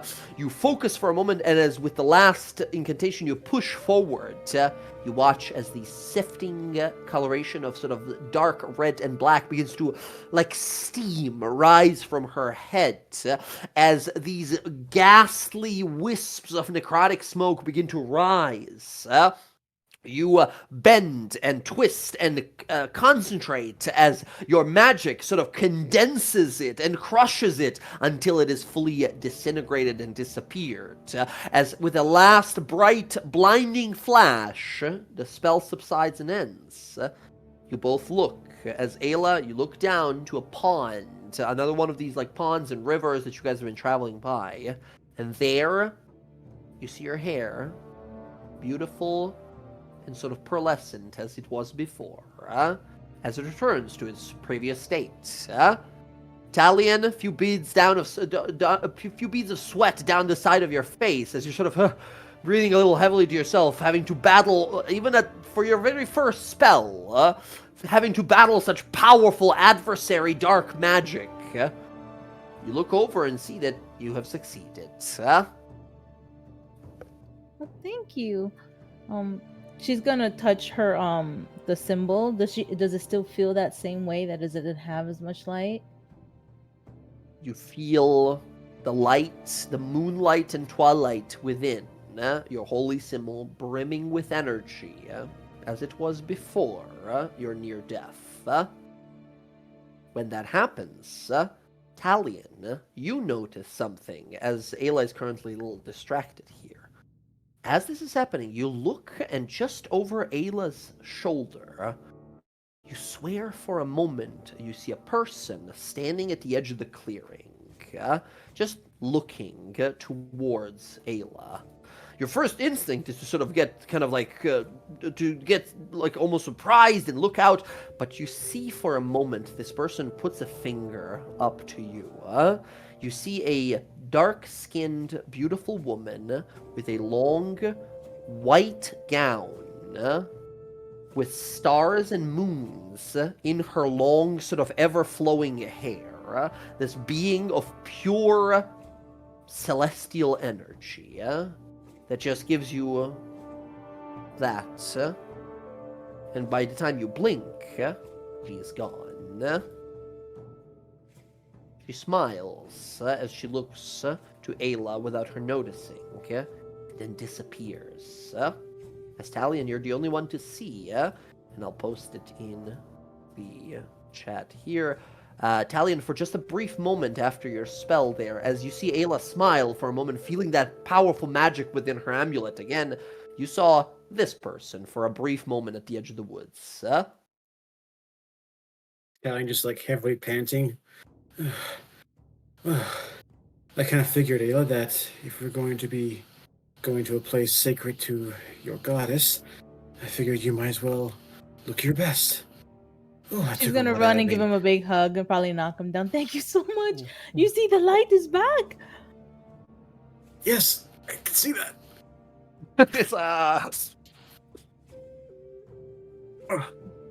You're very welcome.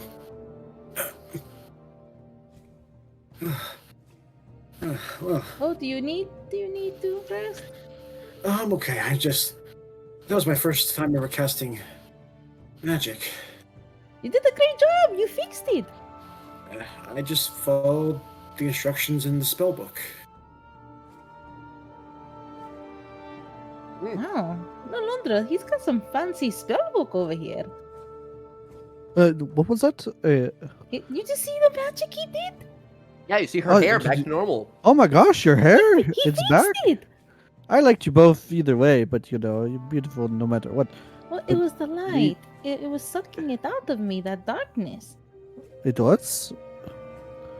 I could So- feel it fading. Alondra, you were dueling a person, and then you heard like a laser beam, and you looked over and you saw her already like dead on the battlefield, right? By the time you ran over, you realized like her hair was different, right? So you realized like, oh, I that's thought what you happened. were trying got- something new, I didn't realize that. I can't change my hair like you, Londra. There's magic. We could have figured something out. Oh, Talion has this fancy spell book. He's going to be an amazing wizard. No, really. I figured that someone as exceptional as you, Alondra, I figured I should try and follow your example. Oh. That was... Well, it's kind of convenient because I was trying to pick something up from you as well. I'm fidgeting with this kit. Can you come and help me, Mr. Rogue? As she pulls out the poisoner's kit. I'm not all too familiar with poisons. I'm more along the lines of knowing how to cook, but I can try and assist. You're a rogue. You don't know how to poison things? Not really. He's a scout, technically, right? He's not like a rogue. Well, I guess you would know. There's, whatever. I do find poison. I do find poison a little dishonorable, but When you say that, the 5 snake heads of the whip on the side of like Odo's hip look over at you like angrily hiss. And then the freaking Silken Spite radiates a little bit too. Yeah, a glow in the rapier. You're like, oh god, why do we have evil poison artifacts, most of us? Well, I decided to lean into it, and I will be making poison at this time using my new poisoner feat. So, she's moving away from drugs and making poisons. Yes. She's cooking her own stuff now. Poisonous, really, when you think about it, right? She's gonna just start making meth. It's the same as both of the poison and drugs. DM, I apply meth to my weapon and I stab a guy with it. So what happens? All right, excellent. Awesome. That's just with your Roxy. I know. That's what I said. I wish. With sad.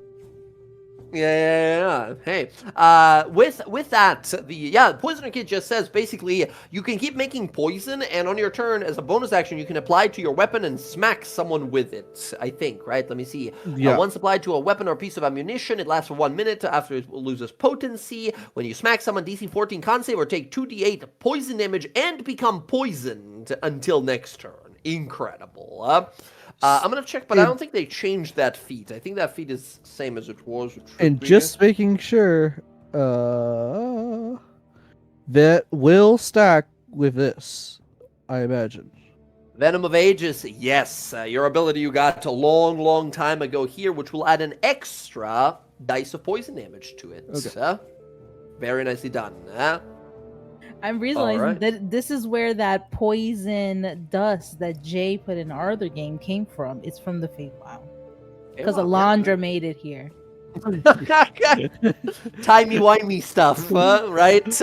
All right. So, as Ayla, you begin to feel again, much like yourself, a lot more confident in the light that you have there. You didn't see that person, but Talion, you did. And you think you saw God. You think, based on the descriptions you saw mentioned in your travels and such, you think you might have seen the Moonweaver, the goddess of twilight, of sanctuary, of protecting people from the villainous evil and sometimes the overzealous good. The goddess of illusions, the goddess to some of trickery, to some of sanctuary. But you think you saw a divine being, even if it was for a fraction of a moment. And you feel as Who's that Pokemon? if she said, thank you for what you've done. Talion, for your aid to your ally here, to one of these great powerful clerics of Sehanin, as a thank you. The following morning where you awaken, you feel better, stronger, faster. You feel more. Will, go ahead and add either a +2 bonus to both your dexterity and wisdom, or a +4 bonus to one of those two. Jesus. I'll add A godly boon! A godly boon in the goddess's realm. I'll add a +4 to my dex then. Okay. You feel incredible, right? You feel faster than you've ever felt. You feel, as you sort of look, your fingertips have these like moon symbols on them before they sort of disappear as you gain this incredible boon. This is incomparable to anything you've seen before, but you suspect this must have come from the moon itself. From Yes. Sehanin. But For safeguarding one of her chosen. as Talion's kind of feeling, he is kind of pressing each of his digits to make sure that they're still working. He feels, interesting. And that is a secret. And that is a secret he'll be keeping. But Yeah, I now, awesome. my deck score is now a 20. Hey, awesome. Incredible. Okay. You feel this powerful boon as you all continue your path. You enter this area where this lake should be. However, you notice that the night, while it should have passed, it's still dark out. It should be day at this point. As you guys continue to walk, you see an ancient set of ruins, overgrown with vines, all torn to rubble. A vast gate stands in your path. As you all approach and sort of push it open, you see this place is sort of dilapidated. And inside of this, like, castle's courtyard, it is fully flooded. It's filled with water. And you watch as infinite specks of light emanate from below. As you guys approach, you begin to hear faint music. You see a moon in the water, a crescent beautiful moon in the water, pearly and white. It radiates before it begins to dissolve. Specks of it begin to move. Before you realize, it's not a moon. A school of these glowing fish begin to slowly move and swim away, trailing, as if this moon begins to sort of rotate and swim and move, giving this sensation of veining and waxing and enlarging and becoming slower. These fish that sort of dance together. You see little fairy creatures that hover nearby. As you all see emerging from the center of this lake, a beautiful fey woman, a nymph. This is what you guys see, up ahead. And emerging there in the water is a beautiful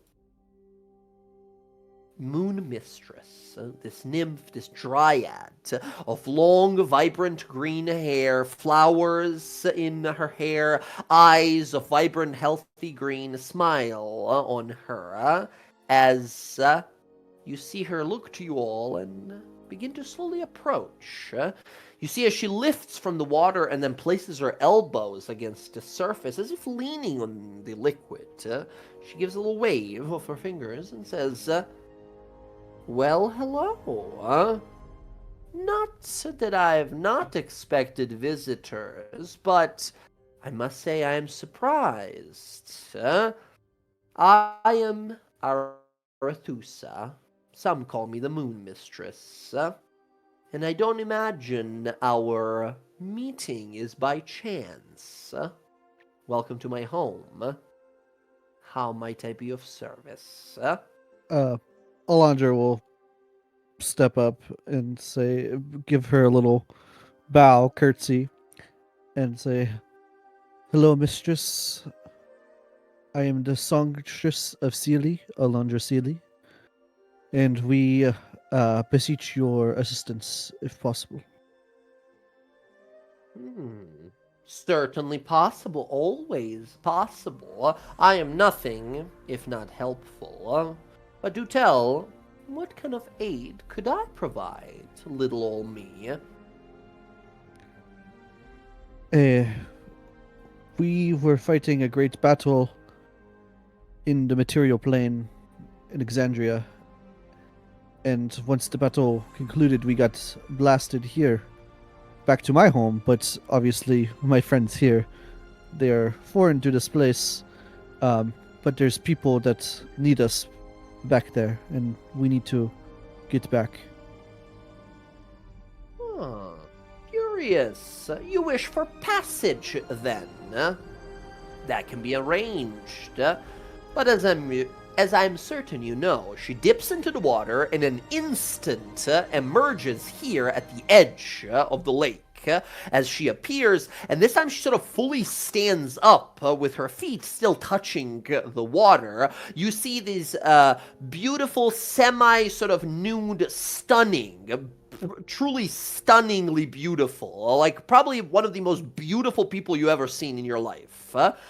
Woman that stands there. She smiles and says, "But as I'm certain you know, favors should be should be repaid in kind. I'd be more than willing to help you return to your world. If only one of you would bear my mark. A simple enchantment. You see, as fun as it is to stay here in my realm, I can't truly leave it. I yearn to learn what the world is beyond here, but I cannot leave. Some few out there bear a symbol of my magic. She waves her hand, and you watch a crescent moon with 2 stars, almost like a smiling face, appears on the back of her palm. Says, "Some out there bear my mark, and those that do, I get to live vicariously through them. In their moments of great triumph, I get to see what they see, experience that rush. I am a thrill seeker, I admit. If one of you would be willing to bear my mark, I'd be willing to help you.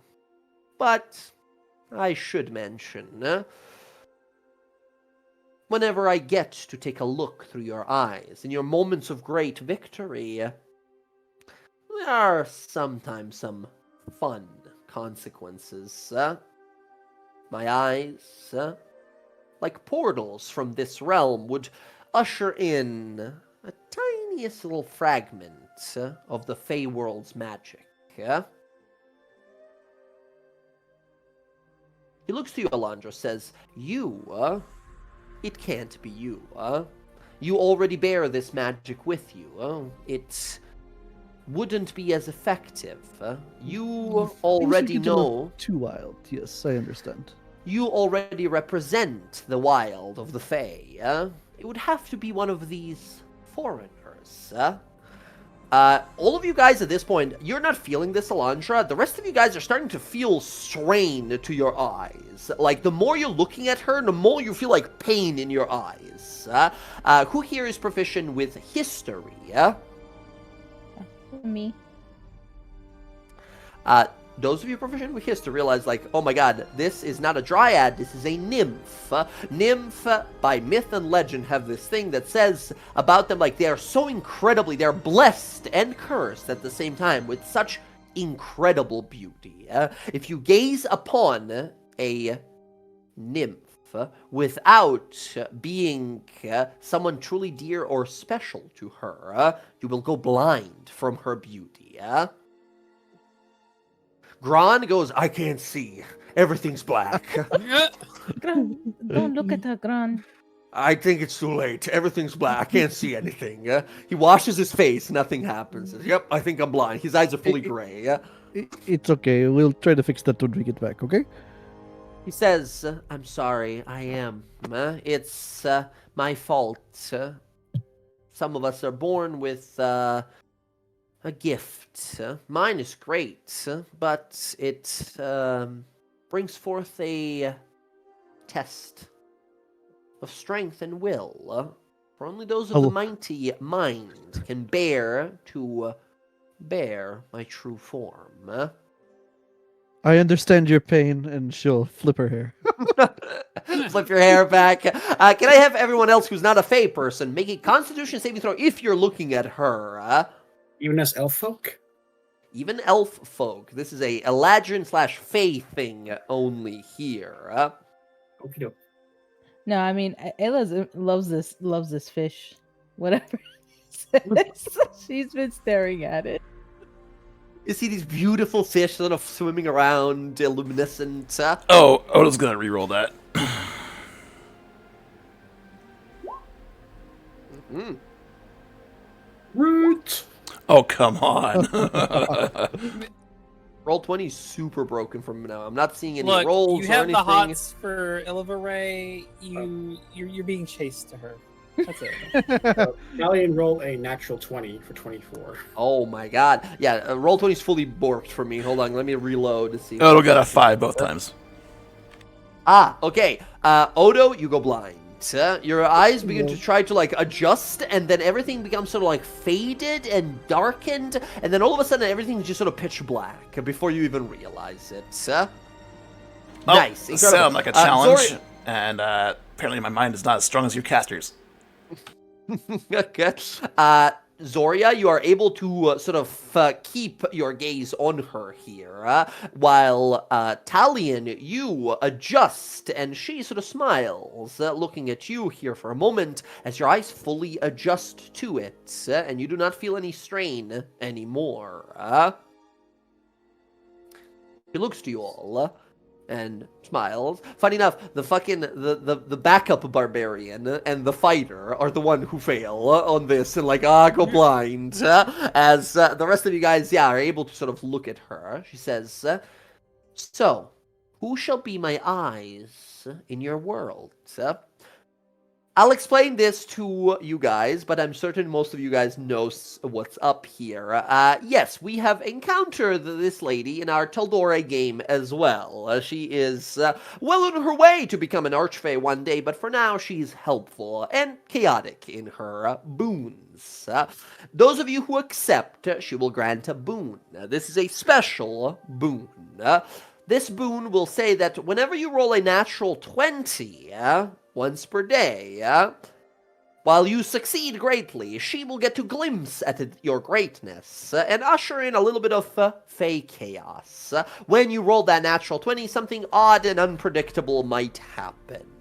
It could be great, like making a giant fortress vulnerable to thunder, or it could be bad and your money turns to copper or something like that. Yeah. Somewhere Casimir sneezes.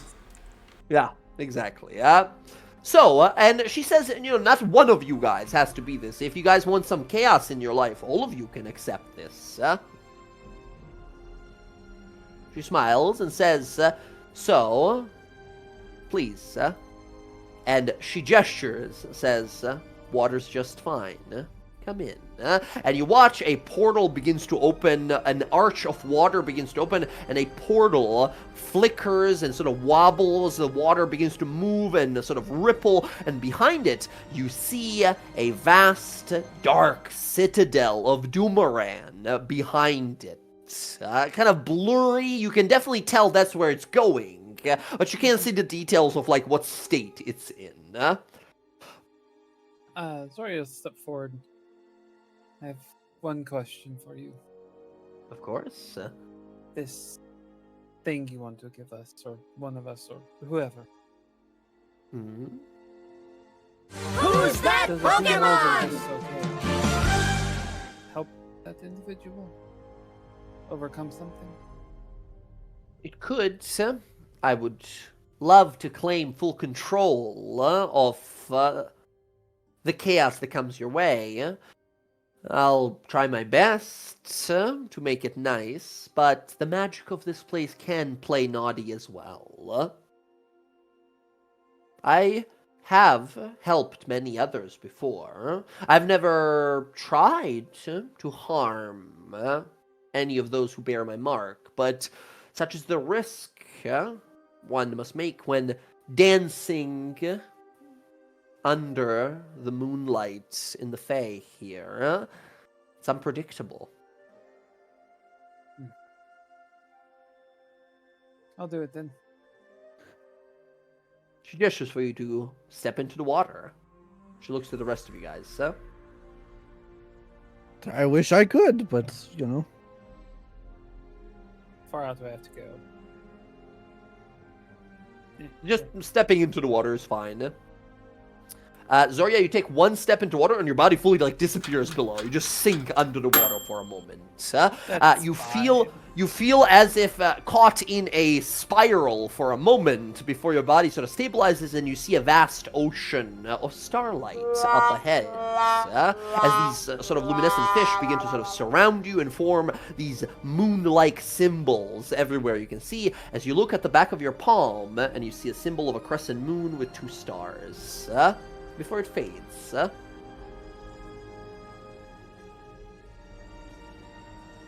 She looks to see if anyone else wishes for a little chaos in their life. I would love to, but you know, I am dedicated to the Moon Weaver, and Don't misunderstand. I have no intention of stealing you away, as powerful as I might mention you are, from whoever you have sworn yourself to. Don't think of it as a pact, or a boon, or a promise. Think of it as fun consequence to one's action. I'm just worried that I would hurt someone with it, and so. We always And hurt she's talking to someone. her, but her hand is up because she doesn't want to get blind. I'm sorry, I Yeah. have my hand up. I'm not trying. I just don't want to be blinded. Fair enough. As much as it might wound me to not have you look at me, but I suppose being emblazoned in an elf's eyes forever could be quite a treat. Still, I respect it. If you wish to stay your hand, your friend has already accepted. She waves her hand, and you see Zorya like come up from the water with this glowing symbol in the back of her palm. Welcome back. Deal is struck. Thank you for having faith in this deal.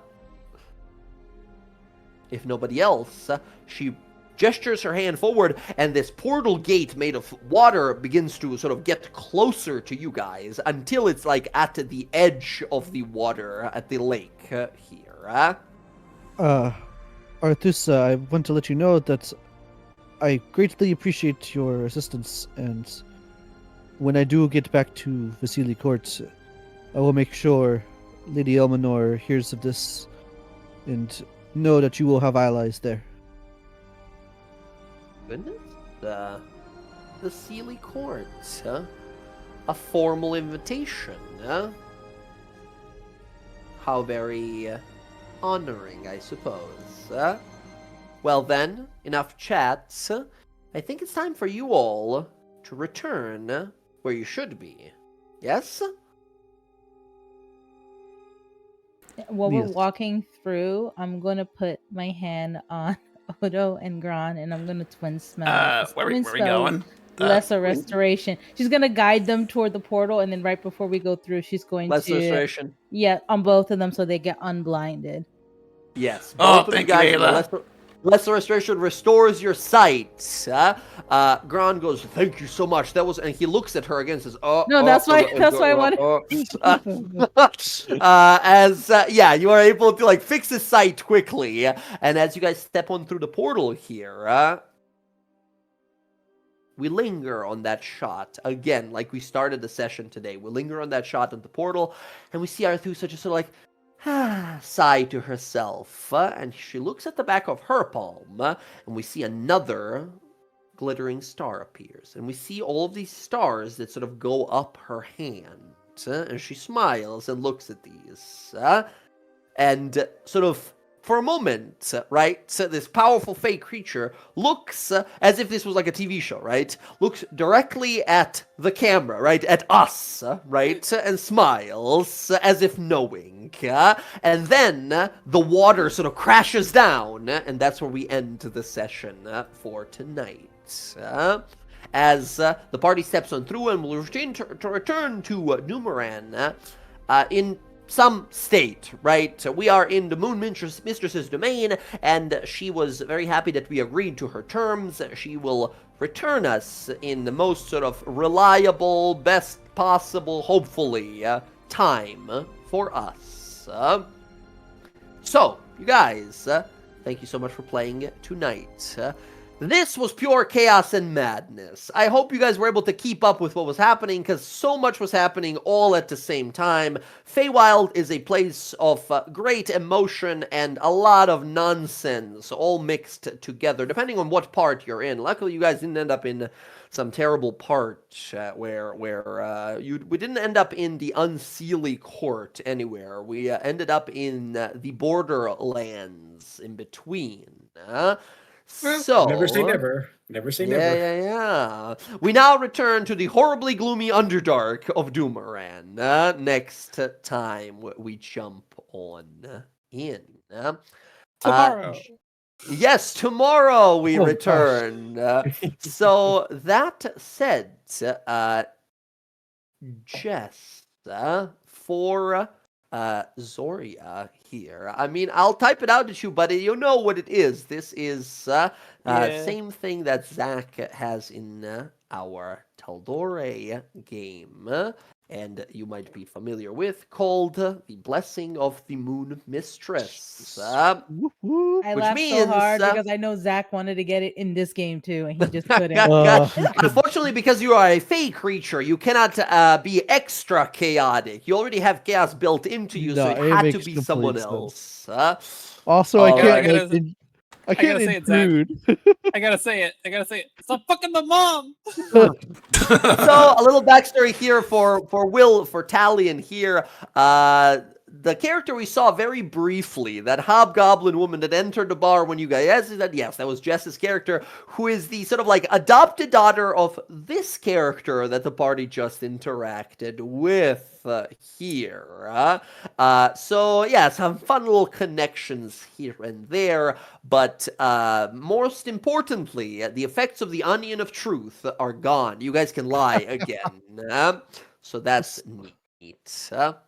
I still have my onion of truth though. So. Yeah, Italian just has a clove of garlic in his pocket. You just have a normal garlic now. It's as long as you're not in the Feywild, that's just the garlic. It's just a clove of garlic. So It could be. It's the last Only clove one way of to find garlic out, because that's it. he is no longer a garlic man. Oh, he's that's no true. longer. He turned back into a beautiful prince. You broke his curse by telling him that, like, hey, truth is not so bad. So yeah, thank you all so much for playing.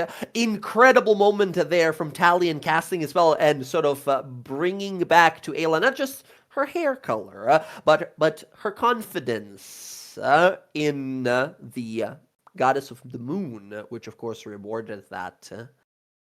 Incredible where we- stuff. This is where we find out with his sleight of hand. He actually didn't cast a spell. He just dyed her hair white. He just dyed her hair real fast. No. No, absolutely here. Yeah, Alondra briefly visiting your home. I mean, you've not had a chance for Alondra to yet like ruminate and explore what this rapier exactly does and how to use it, right? Everything was happening so fast. We'll have to do more of that when we return, whenever that is. And Zoria, of course, must swear away love to defeat love. Of course. Yeah, no, honestly, I'm just excited. Boy, oh boy. I've been wanting to experiment with Dunamis as a character for so long in this setting, and to finally use a Dunamis spell, I'm like, yes. Yes, absolutely. And then Jen, Ayla now has in her possession this Luxon beacon, believed to be a holy artifact to the people of the dynasty. Do with that what you will.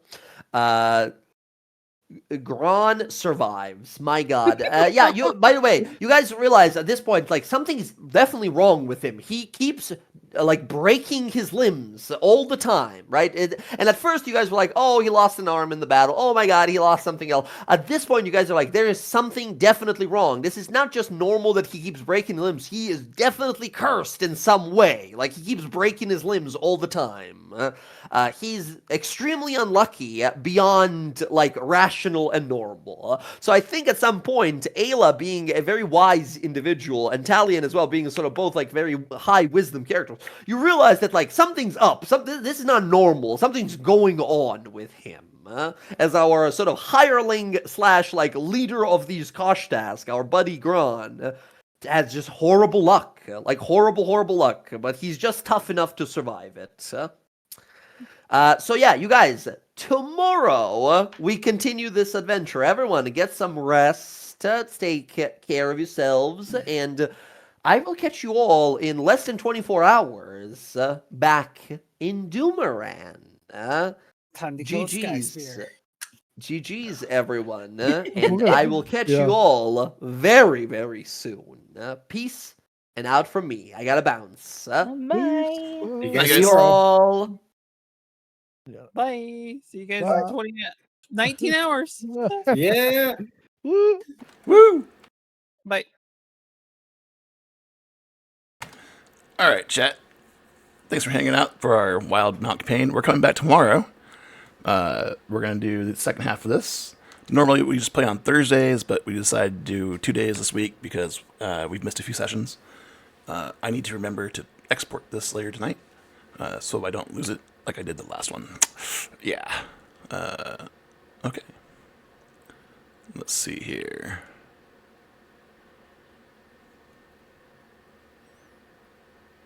Oh, looks like they're done. We are going to raid out the handful of us, but thanks for hanging out. We're going to raid out to person doing Embervale. They were doing D&D earlier like I was. How do I spell that? And I think now they're still in the Dungeons & Dragons tag, but looks like they're doing EV. Embervale, I think so, maybe? Or are they looking at their character? I don't know. Either way, it's either Dungeons & Dragons or Embervale. One of the two. Thanks for hanging out, everybody. I will see you tomorrow if you hang out here.